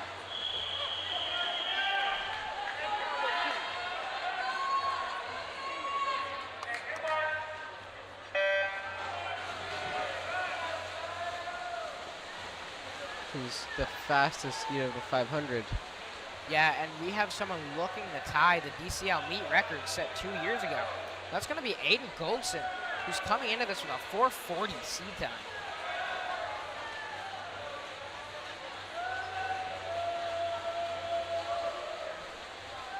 And Aiden Goldson will stay out ahead here. Hotly contended lead. That was Jack Eady. Is real close to him.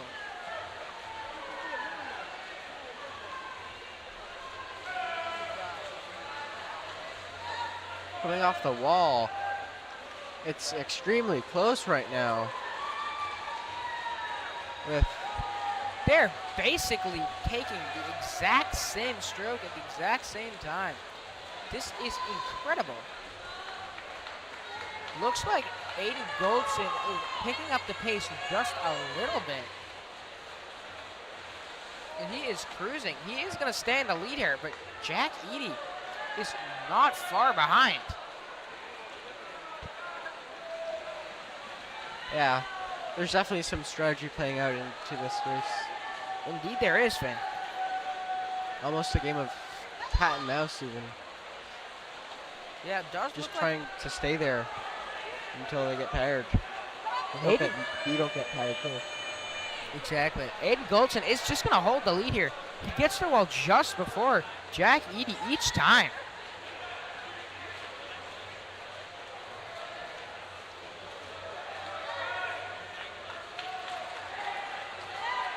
Again, he's just going to get off the wall first. And these two out ahead have some crazy 9-lap sprints, or splits. Kavri Humolka seems to be picking up the pace in lane 3. Yeah, he is our third place swimmer here with Kolskafidi bringing it up in 4th. And 5th, close to Kolskafidi, is Jack Galalis from lane 6. But again, these two out in front, Aiden Goldson and Jack Eady, just going to stay there. Aiden Goldson is setting some crazy times. He gets to the wall at 2:28. Oh no, before that. Long before that. He will be cruising. He's moving. He's just making that gap bigger and bigger each lap between him and Jack Eady.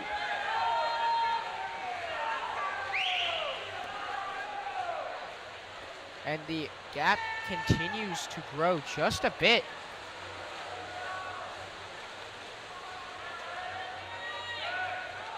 Coming out of this. Maybe Aiden Goldson just out ahead here. Seems to have picked up the pace.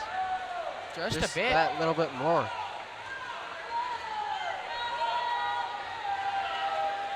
One quarter of the race left to go, and Aiden Goldson touched the wall at 3:30.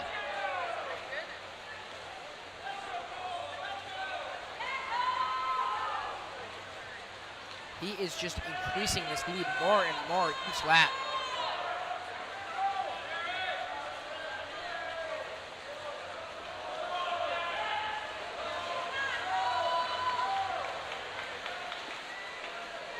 Looks like Jack Eady's picking up the pace here just a bit. He's trying to take that gap down between him and Goldson, but it might not be enough. They've just got 150 left after this. Here's the bell. It does look like, however, Jack Eady, his cap just came off. Oh no. This will not help him, but he is on the charge. They are close here. It is going to come down to the wire.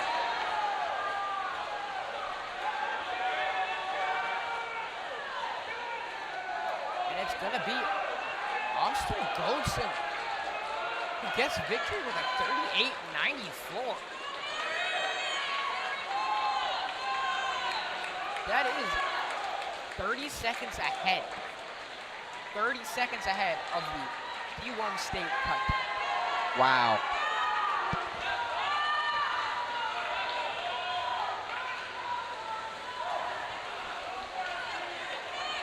And we have a new meet record, it looks like. Yeah, wow. With a 4:38.95. We do see Harry Gamber's already in state, or in sectionals. He is going to be just off the state cut, but I'm sure he'll get that at sectionals with another great swim from him.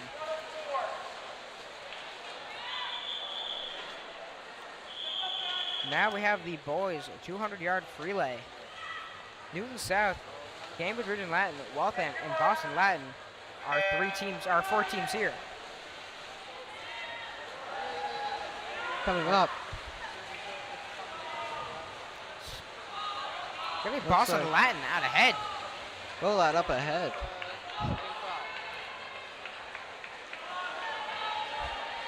However, closely trailing is Waltham. Yeah, and behind them is our lane 14. That's Cambridge Region Latin, and then bringing up the rear is Newton South. Couple of deep starts right there. That will not be helping them for this 50. Yeah, they're looking for a shallow start in the 50. You want to get as much forward momentum as you can, and they're looking for a shallow start, honestly, in whatever event you do. Yes. Cambridge Region Latin just stays ahead here. Sorry, Boston Latin. With Cambridge Region Latin making second right now.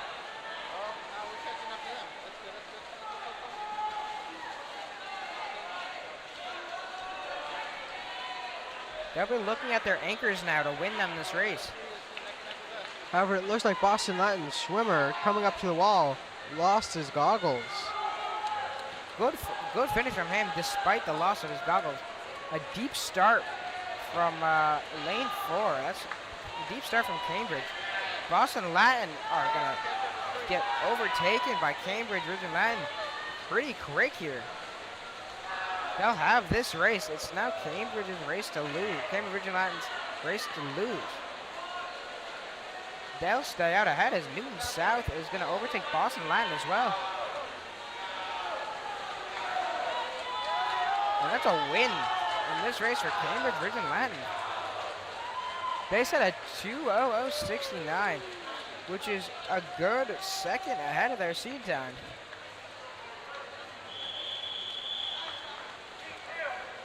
Into this next heat, we've got Acton in lane 1, Lincoln Sudbury lane 2, Acton Boxborough lane 1, Lincoln Sudbury lane 2, Wayland lane 3, CCHS lane 4, Newton South lane 5, lane 6 is Acton Boxborough, Weston in lane 7, and Bedford in lane 8.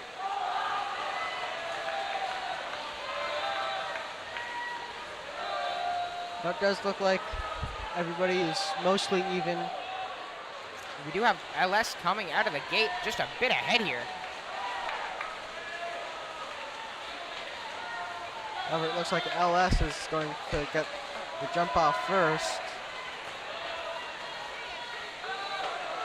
It's pretty close for second here, but LS are in a pretty commanding lead. CC are cutting into it just a bit. They have gained just a bit more lead as they were a bit behind on their dive in.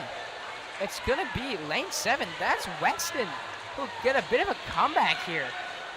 That's Weston, or it's LS Weston and then CC for our top 3 here. Now on to the second to last swimmer. We have a close top 3 here, but LS is going. They're moving. Just next to them, though, is lane 7. That's Weston. Weston are cruising. Coming up to the anchors now. Weston gets the jump on LS here. It'll be close.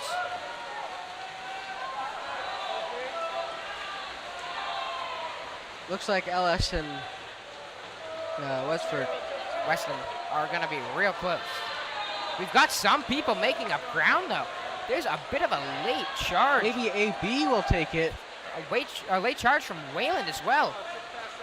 AB will take it. Yeah. 140.46.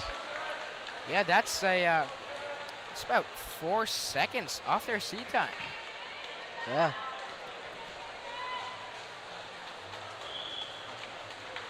Now into heat 3 where we have Cambridge Region Latin in lane 1. Wayland, lane 2. Lincoln Sudbury, lane 3. CCHS, lane 4. Westford Academy, lane 5.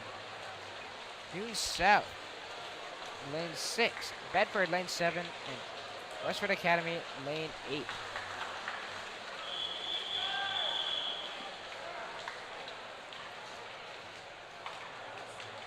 Coming up to heat 2.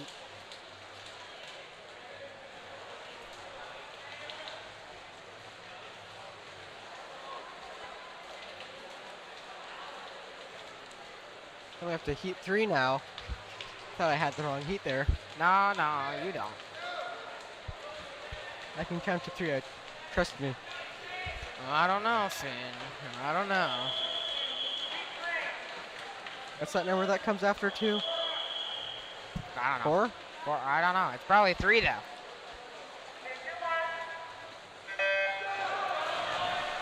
It's a good start from all the teams. They're just about equal off the start. It's going to be Concord Carlisle who are just ahead here though. They're going to get to the wall first and get their turn off first. They are moving here. They're going to get quickly overtaken by lane 5. That is Westford Academy. And then also Newton South on the charge here, getting in the second.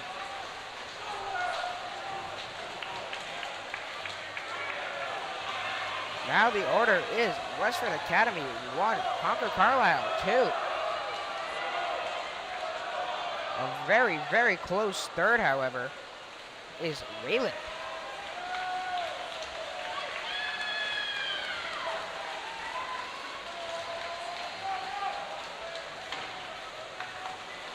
Concord Carlisle stays second, but it's going to be close between them and LS. But we have Westford Academy running away with it. Off the wall. CC seemed to get a better wall, but LS just has pure power in that stroke. It's going to be LS who's in second now, then CC. We're going to see Westford Academy just running away with it here.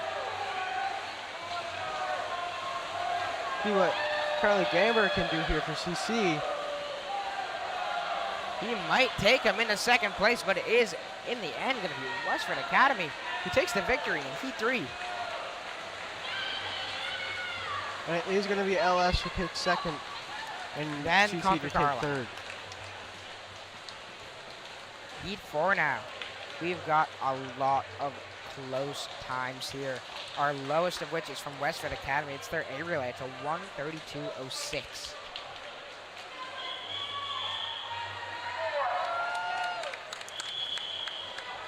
But we did see two of our fastest 50 swims of the day have been from Concord Carlisle. So if they're in this relay, they'll have a shot.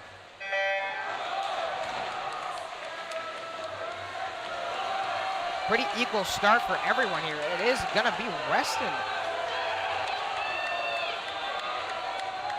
who are taking a pretty early lead. They're very close to LS. LS maybe an overtake here. Coming off the blocks. It's gonna be Weston, and then LS, and then CC with a bunch of other guys tied with CC. Wayland out in front. Weston are out in front now. But LS and Westford Academy are closely trailing behind. And it looks like Westford Academy took the lead. It's a close race here.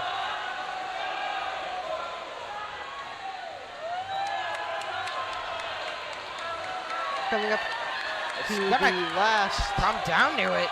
We'll see here.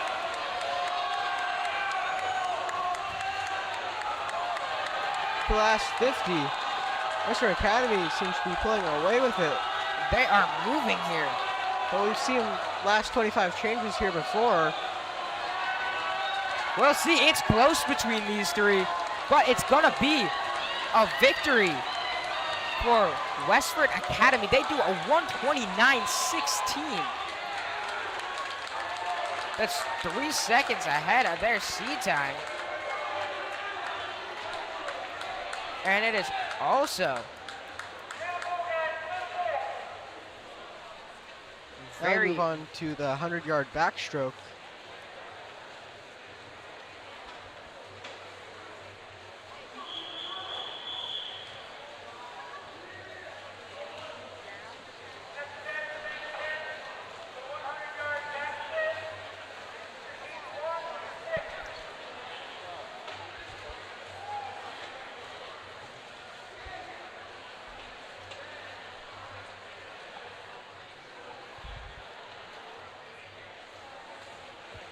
And now you can see the timers putting in the starting wedges for the backstrokers.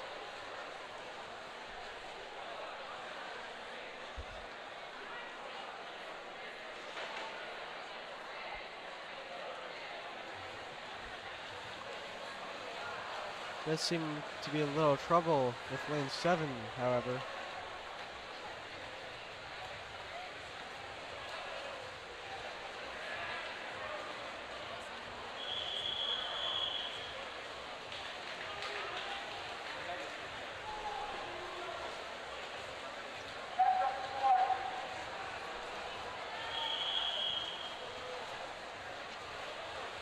And now we see Dylan Ho, Jamie Sanchez-Ferreras, and Yannick Fernandez jump into the pool for their 100-yard backstroke.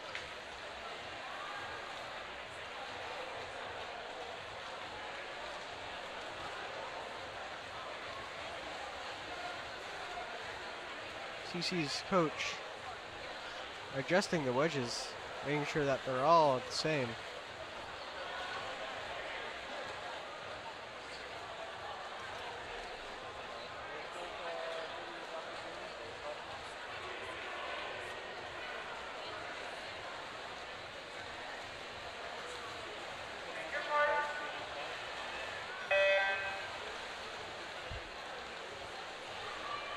And we are off.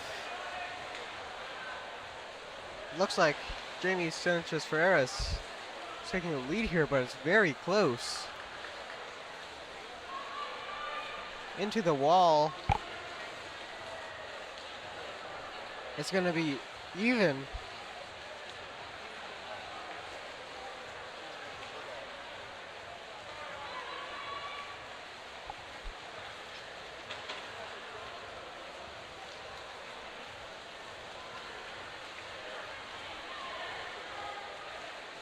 It's going to be a lead from James Sanchez-Ferreras.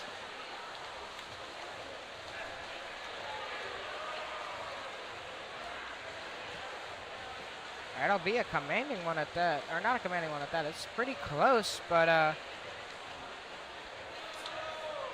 from his turn, he'll take the lead.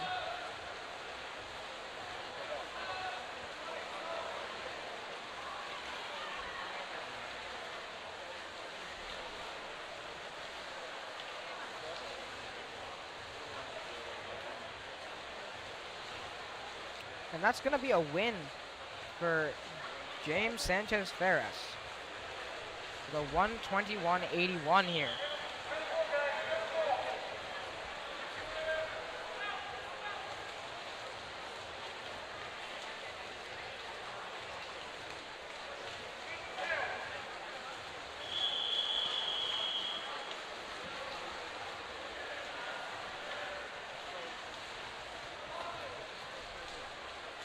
Jumping into the pool now. We've got Heat 2. Heat 2 with Jason Zhang, Brendan Pratt, Gabe Lindsay, Thomas O, Kazuma Buala, Ishan Kulkarmi, and Connor Canterville. It's a close race between these guys. And it's going to be Thomas O who takes an early lead, but not by much. We've got our lane 7 swimmer, Connor Cavanaugh, bringing up just a bit of speed here. He'll be on just about the same level as Thomas O here. Thomas O is going to get overtaken in the end by Kuzema Bugwala, who's going to be out ahead here.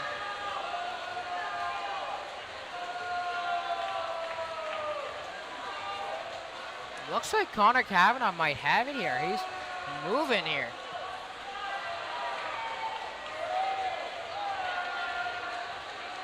Indeed he is. He is cruising. It's going to be a close race between Connor Kavanaugh and Kuzema Budwala.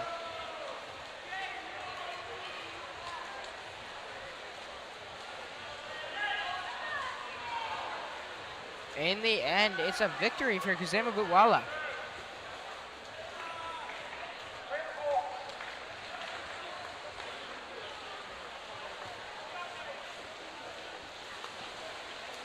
Heat 3 now.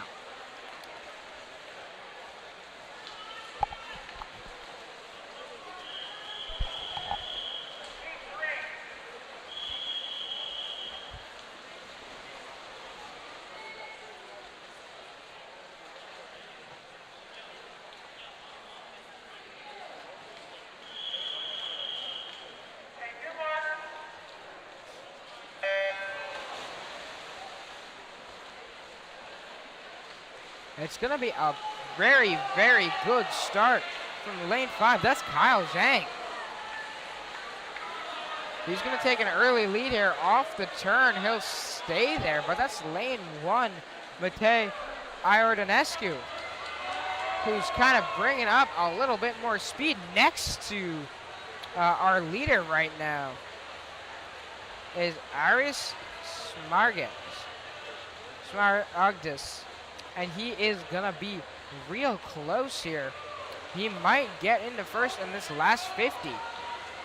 Looks like he's gonna get him right now, even. Yeah, might have him before the last 25. He'll have him on the turn. We'll see after. After the turn, he's just a bit behind.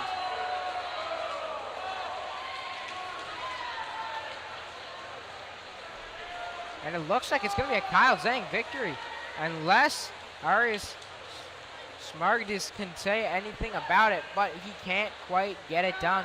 And it's going to be a victory for Kyle Zhang.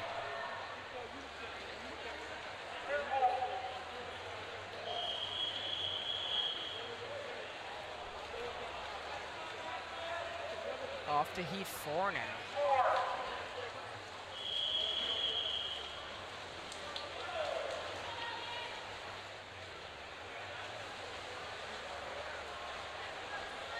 It does look like we're missing Evan Jiang for this race.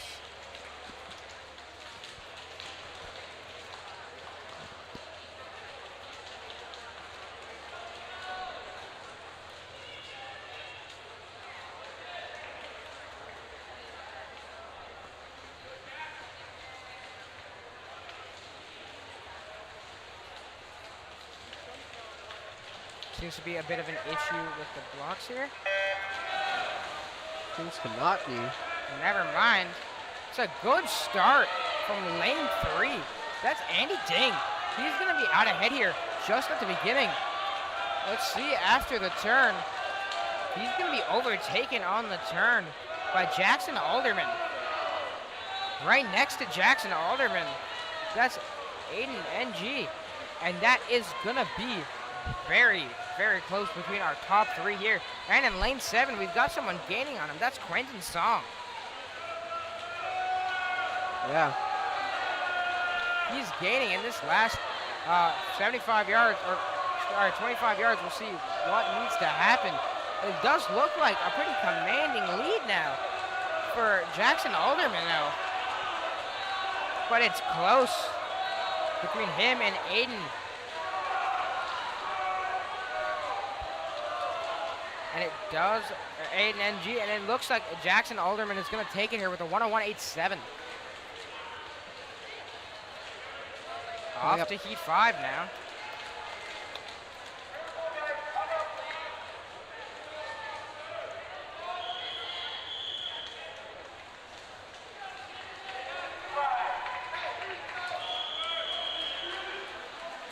You can see them jumping into the water.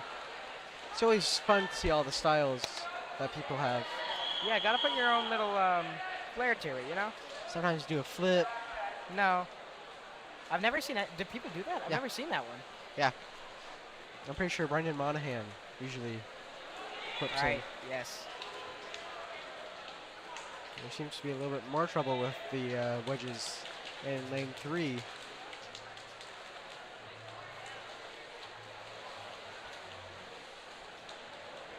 But all those problems seem to be resolved.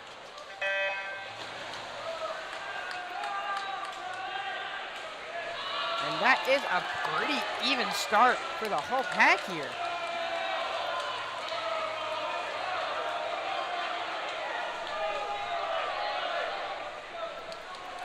Again, even up front, maybe Lachlan Mowat up ahead, up in lane 6. He's gonna get overtaken by Fox Anderson though. Coming into the wall, it's gonna be Fox Anderson who comes off first. It's extremely even here right now. This is the closest I've seen a race all day. Does look like Fox Anderson is in the lead though. A bit of a lead for him, but no, that's lane 7 out ahead. That's Finn Larson from Lincoln Sudbury. Looks like he'll have it. And he is gonna take it here with a 59.41. Enough to get him to sectionals.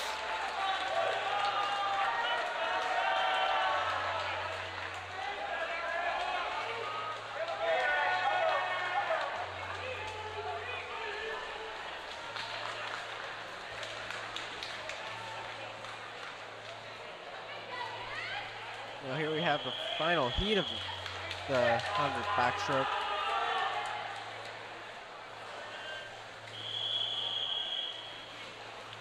No interesting jumping styles there. No, No, they're locked in here. no funny business.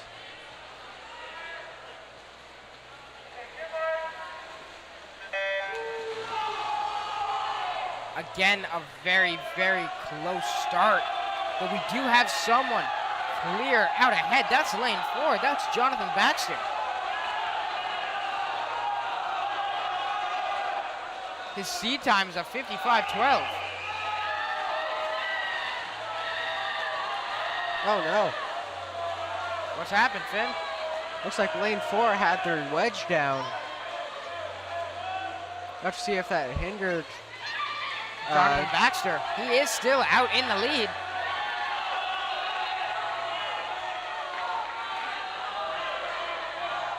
Someone should tell them to take it up for the finish. yeah. But it looks like Jonathan Baxter is going to get the win here with a 53.36. Which is enough to make, or he did actually win it last year. Yeah, back to back. Time this year is just a bit faster though.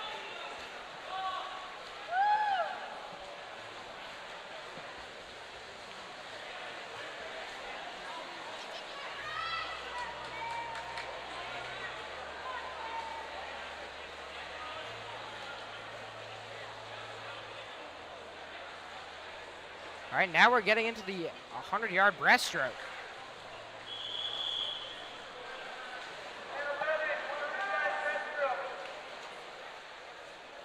Heat 1 of 8.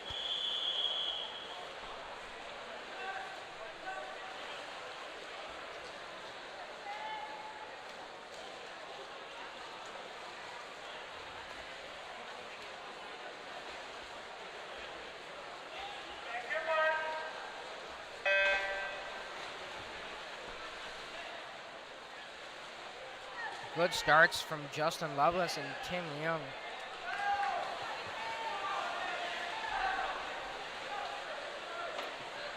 It is gonna be Justin Lovelace pulling away now.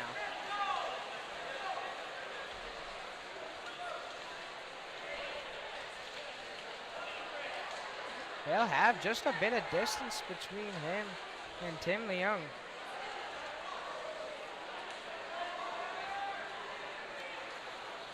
Coming in the last 50, he'll have enough room.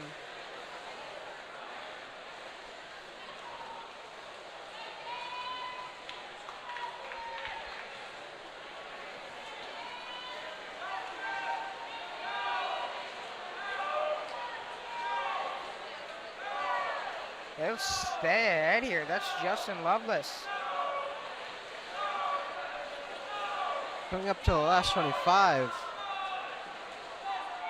Justin Lovelace. He'll seemingly beat his seed time by a good amount.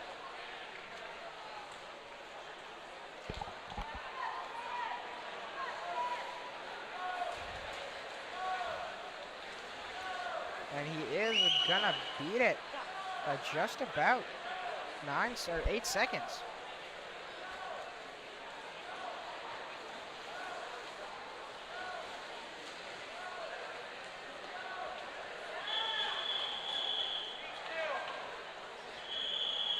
And now on to heat 2.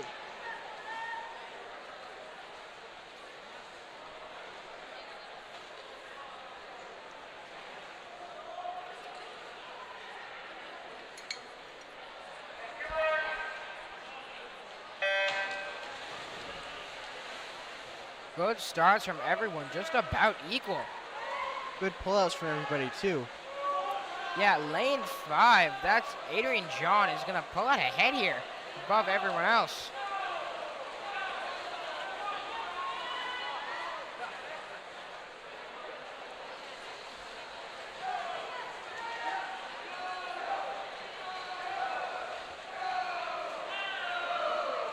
He's gonna just stay ahead here.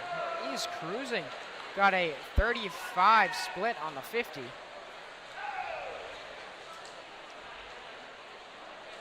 Yeah. Actually,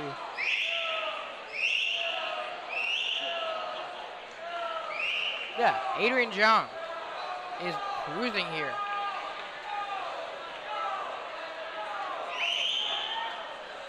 It's coming into not, the last 25. not too close behind him, though. We see Sirac Schaff.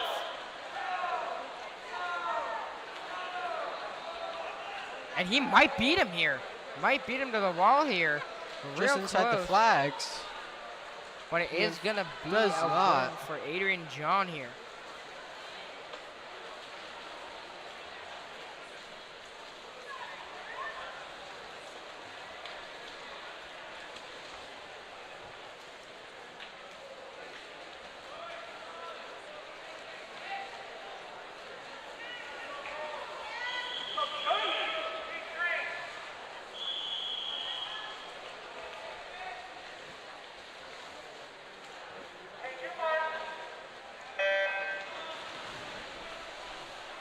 A good start for the whole pack. They're all moving. That's some pretty good pullouts there. We don't really have a clear front runner here. Maybe Jack Troy over in lane 8. Does look like, though, Charles Peplo is the leader right now. Yeah, he has the lead just for now. It's still incredibly close. He'll get off the wall first.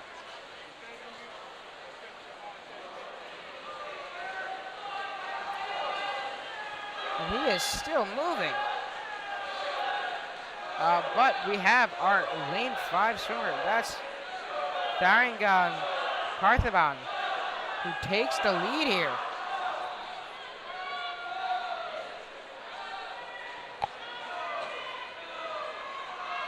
Coming up to the last 25 here. Looks like Tharangan Parthaban is gonna take it here. And he will get the win here with the 1:16.24.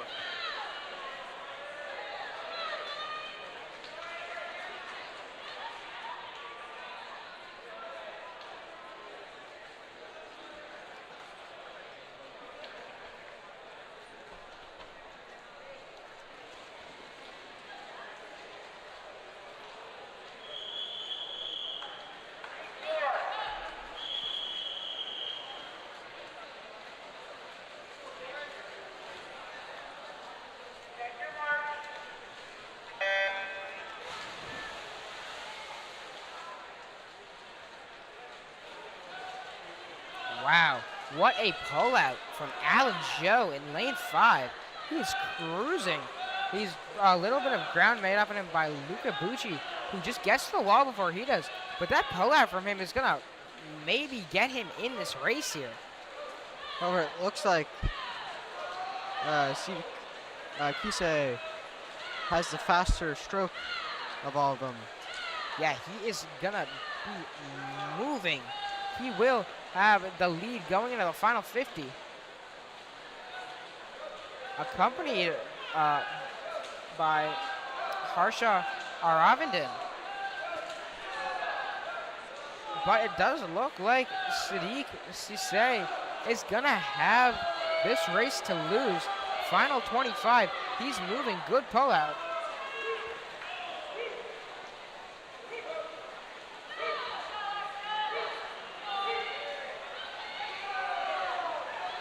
It is a close battle for second, though. Because look in lane 7, Win Carmen. Seven is gonna take third, but that is a win for Sadiq Sisay.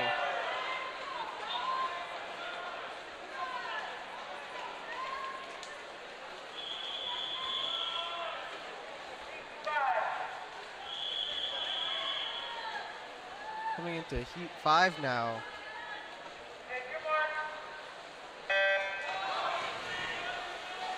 Starts to get fast. Good pullout from Nick Haney. He's gonna be just behind the leader of the pack. That's two Newton South swimmers who are gonna be leading here.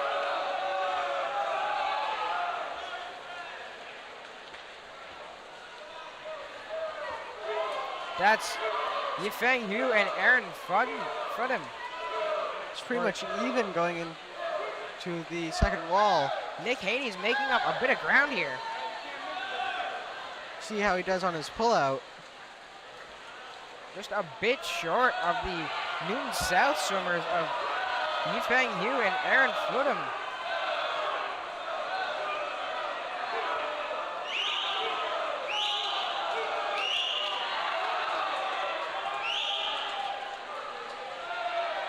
Yeah, looks like our two up ahead are gonna take it, but lane 6 and 7 have two very good swimmers. They're closing down the distance. That is Kingdon Gia and Adam Slater. But in the end, the race is gonna go to Aaron Fudham, who sets a new personal best with 1:11.84. That was a close race. Indeed it was, Finn.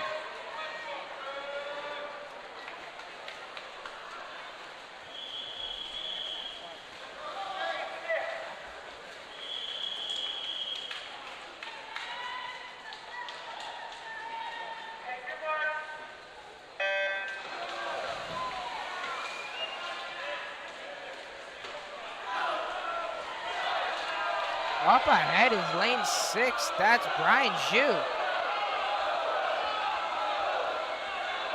He'll stay ahead here off the pullout. It's a good one as well. He's getting a lot of distance with that. We do see someone in lane 1 making up a lot of ground. That's Evan Winters. He was in last. Now he's closer to 4th or 5th. He's making up just a bit of ground, but it's still Brian Zhu up ahead. Evan Winters coming up. But in lane 2, Gregory Sergan also picking up the pace. Everybody's picking up the pace in this race, it seems. Yeah, looks like it's Brian Zhu's race to lose. If it rhymes, it rhymes. But it's gonna be a quick charge from lane 3. That's Charlie Small. But it's going to be lane 5 that gets the heat win for this one. And that is Jonathan Lee. With a, what is that? 107.9. Which is just not enough for sectionals.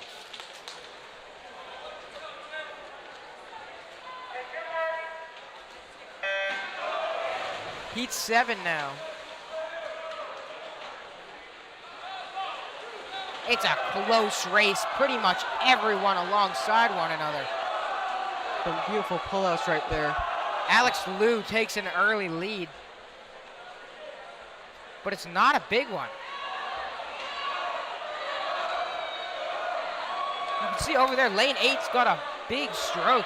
He's doing a lot of time on that glide. That'll be very helpful later in this race, but we still see Alex Liu up ahead. Up ahead. But that is lane 3 closing on him. That's Lucas Zhang. Seems to be a 2-horse race right now. Or 2-swimmer, I should say. Yeah, but that's a bit of a sneaky contender. Look at lane 6. That's Cooper Alderman.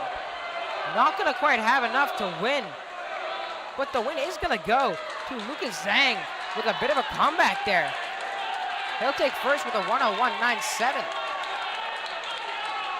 which is enough to qualify him for states and sectionals, even though he was already there.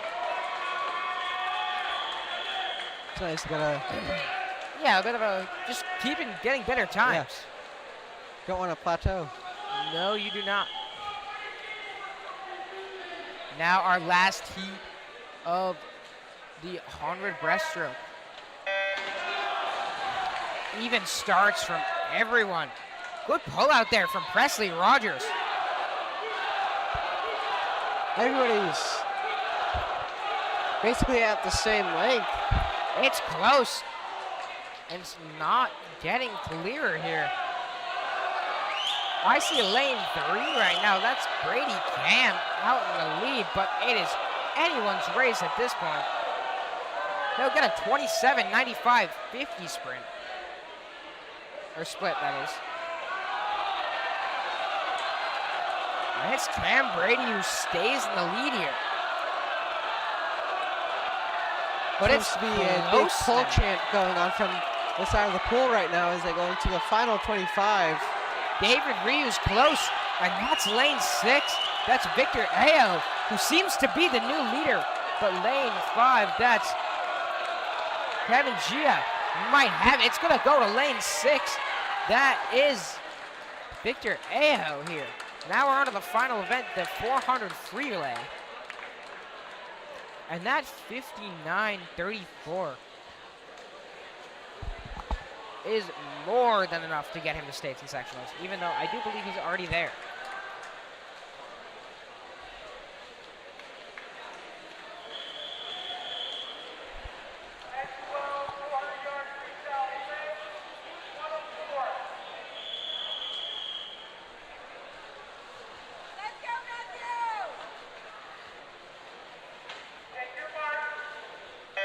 Start of the 400 freeway. It's about even. We've got Waltham in lane 3, Acton, Boxborough in lane 4, Newton South in lane 5, and Bedford in lane 6.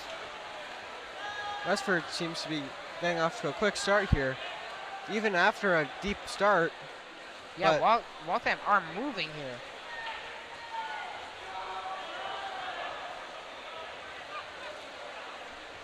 Almost a full body length ahead now. It's a very good swim for him.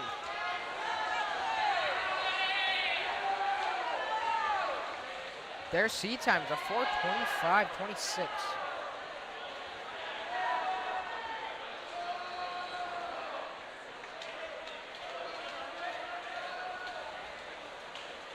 He is just going to keep cruising to that next guy.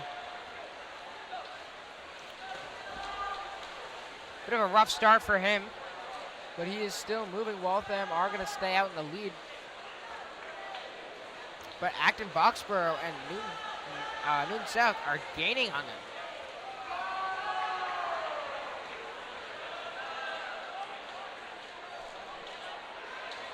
Looks like Acton Boxborough is going to take the lead here. It's a close race between Acton, Boxborough, and Newton South here. Yeah, Newton South have just become a rocket after that wall. Yeah, they are cruising. Looks like AB is trying to extend their walls. Yeah, just a bit. But I don't think that's the right move for sprint lanes like this. Yeah, that's true.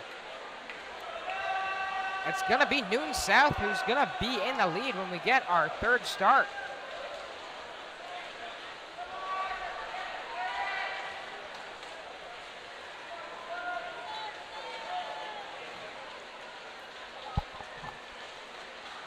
It's going to be AB who's gaining on them now.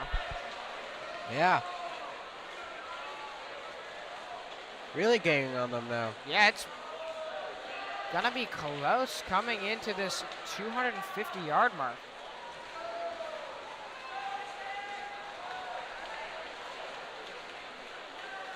AB and Newton South level at the wall. Looks like AB is going to get the jump off the wall. Yeah, AB are going to be out ahead here of Newton South getting to that wall. They'll be neck and neck by the time they start.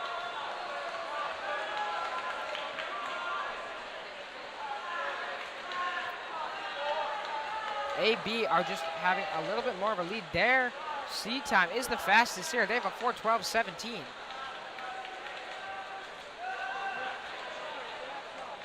Good start from them. Newton South gets a good start as well. It looks like Newton South's coming back at AB now. Yeah, AB does seem to be moving pretty quick, but it is a close race between these two teams. And maybe Newton South's swimmer, their goggles looks like they fell off. Really? No, I think they're still on. Yeah, they are still on. It looks like AB may lap Waltham here.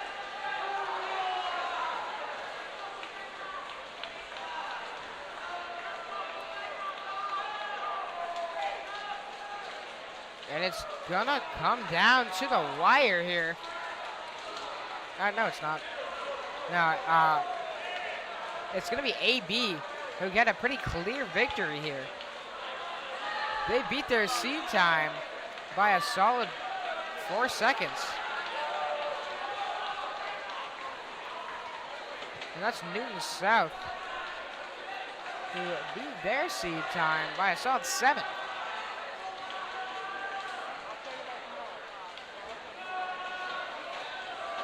Now, looks like it's going to be maybe a race for third. Between Bedford and Waltham. Waltham can fall back just a little bit more cool, but looks like they can't. Gonna be Bedford third, Waltham fourth.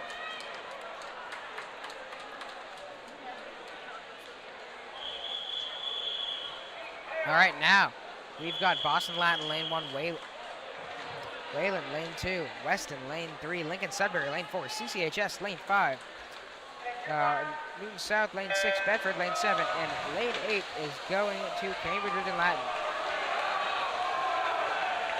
Concord Carlisle get away pretty well. They're leading the pack. Off the wall. It's them versus LS for the lead here. Looks like CC might be getting a lead here. LS are gaining. It's going to be LS who comes off the wall first here. Neck and neck going into the final 50. Yeah, we've got 4 teams. We're just about even. That's going to be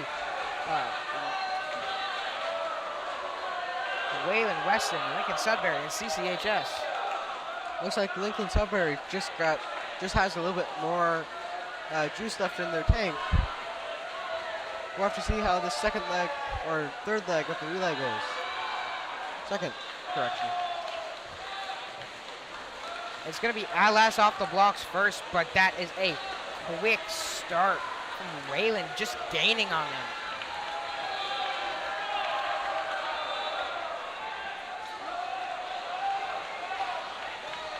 We see LS stay out ahead, but Wayland are cruising here, and they're going to take the lead. That's also Weston, who might get up in a second here. CC stay in a pretty clear fourth.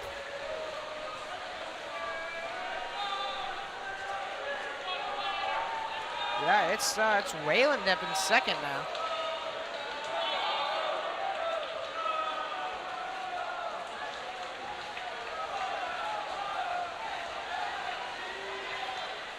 Our top 4 are pretty close. It's gonna be Wayland who gets their start first, then LS, then West, and then Concord Carlisle.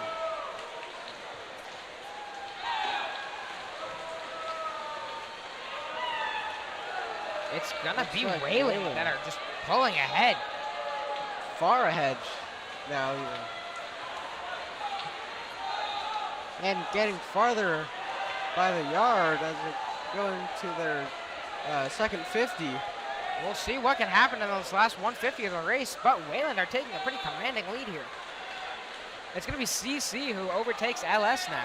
It looks like Westford may be gaining.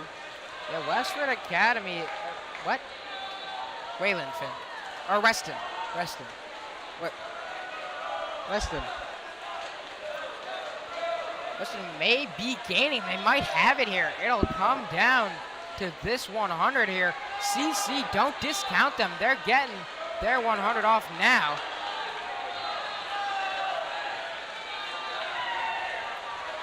It's Wayland up in first with Weston in second. CC third. LS fifth as Newton South takes fourth.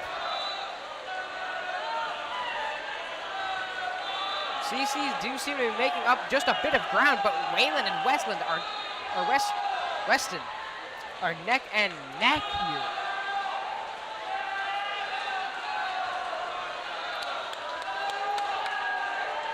This is somewhat unrelated, but there's a giant moss face cut out in the stands. That is incredible. And what a coach he is. It's gonna come down to the touch here. We'll see. It's gonna be Wayland to take it. They beat their seat time by, Finn, I want you to guess.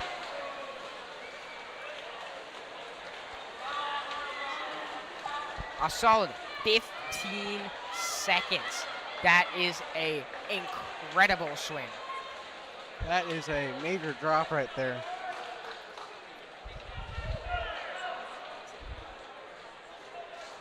Now we go into the second to last heat of this entire meet.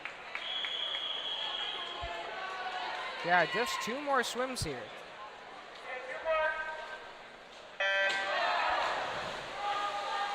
It's going to be Lincoln Sudbury, lane 1, West in lane 2, Acton Boxborough, lane 3, Boston Latin, lane 4, CCHS, lane 5, Cambridge Ridge and Latin, lane 6, Wayland, lane 7, and Westford Academy in lane 8. And up ahead seems to be Concord Carlisle, as well as Lincoln Sudbury. Or is that Boston Latin? That is Boston Latin. It's CC and Boston Latin up ahead. They are just about equal here.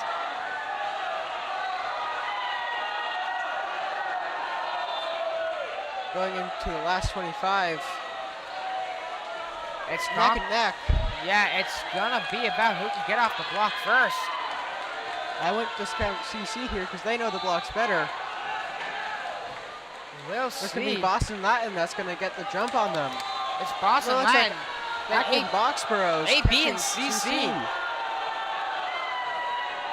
Then over in lane 6, that's Cambridge Ridge and Latin. They're up with the top dogs here as well.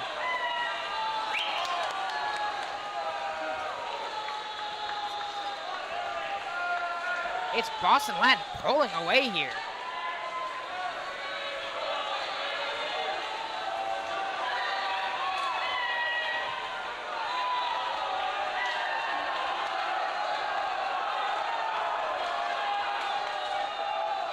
And it's still Boston Latin out front with everyone else trailing, but Cambridge Ridge and Latin trailing pretty close.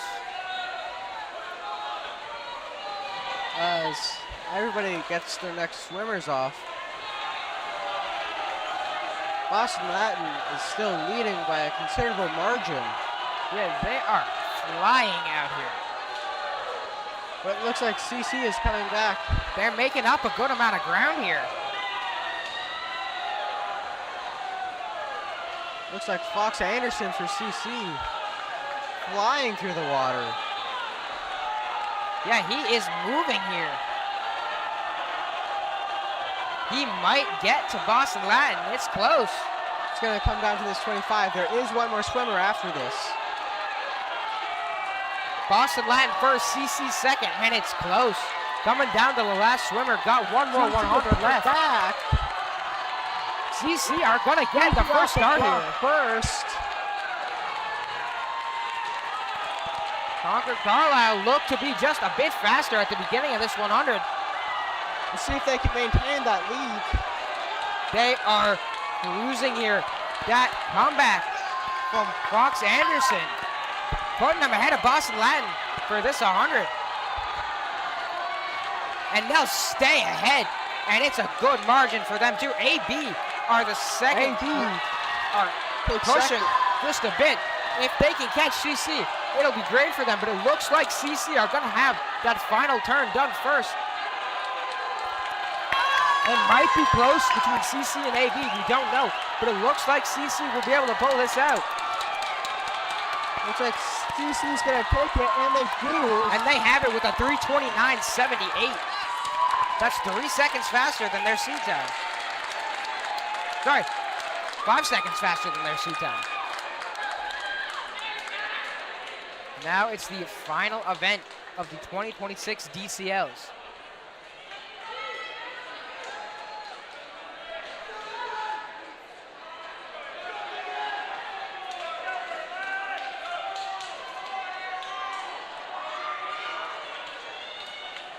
Hands up for the whoosh. Now this Concord Carlisle relay looks dangerous. It does. These are all of the quickest kids from these races in one relay. But everybody else has that.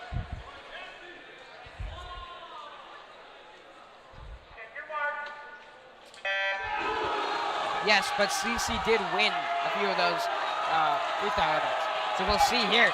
It's out in front for CC for the first stretch. That's Andrew Hodges. Just kind of putting in some good work here. He's out ahead and he's cruising. We've got LS, or not LS behind, that's AP behind. Also, Weston is also in the mix.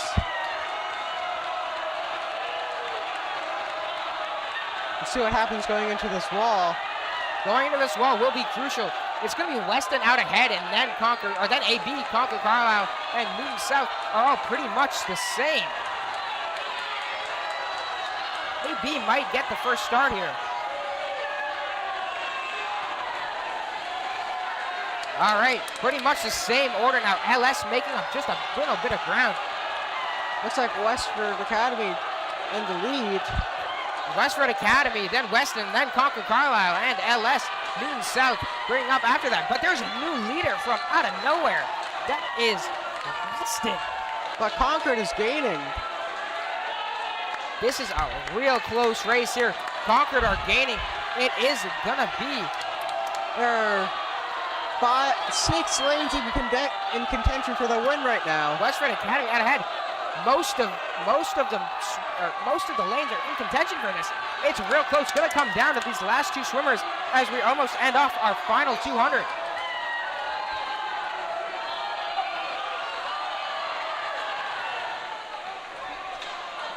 And it's close. CC have a great start. They're out almost in front here. They are moving. It's a good turn for them as they get off the wall first. It's going to be them and AB in contention now. We also see Weston as well as Westford Academy and AB. Everyone is just cruising here. It's going to be LS out in front now with AB not far behind. Then Concord Carlisle and Weston and Wayland. Everyone's in contention here. Coming up to our last 25. We're coming up to our last 100. And it is LS in the lead. LS from AB. But then it looks like Wayland. It's going to be LS out in the lead. Looks like CC are making up some ground now. But it's LS, then Acton Boxborough. Then we've got Wayland. CC are making up a lot of ground in that first 25. They'll be in contention for this. But it's LS who are just far and away the best team in this relay. It's close though. They are moving. LS gonna be first to the wall here. LS gets First the to the wall turn. It's gonna be our top three. LS, Westford Academy. Gonna be a And race to the wall. Concord Carlisle race to the wall for these two. And then CC are gonna take third. Wow. What a finish. 3:18.67. That is better than Acton Boxborough's winning relay last year. What a race from these folks.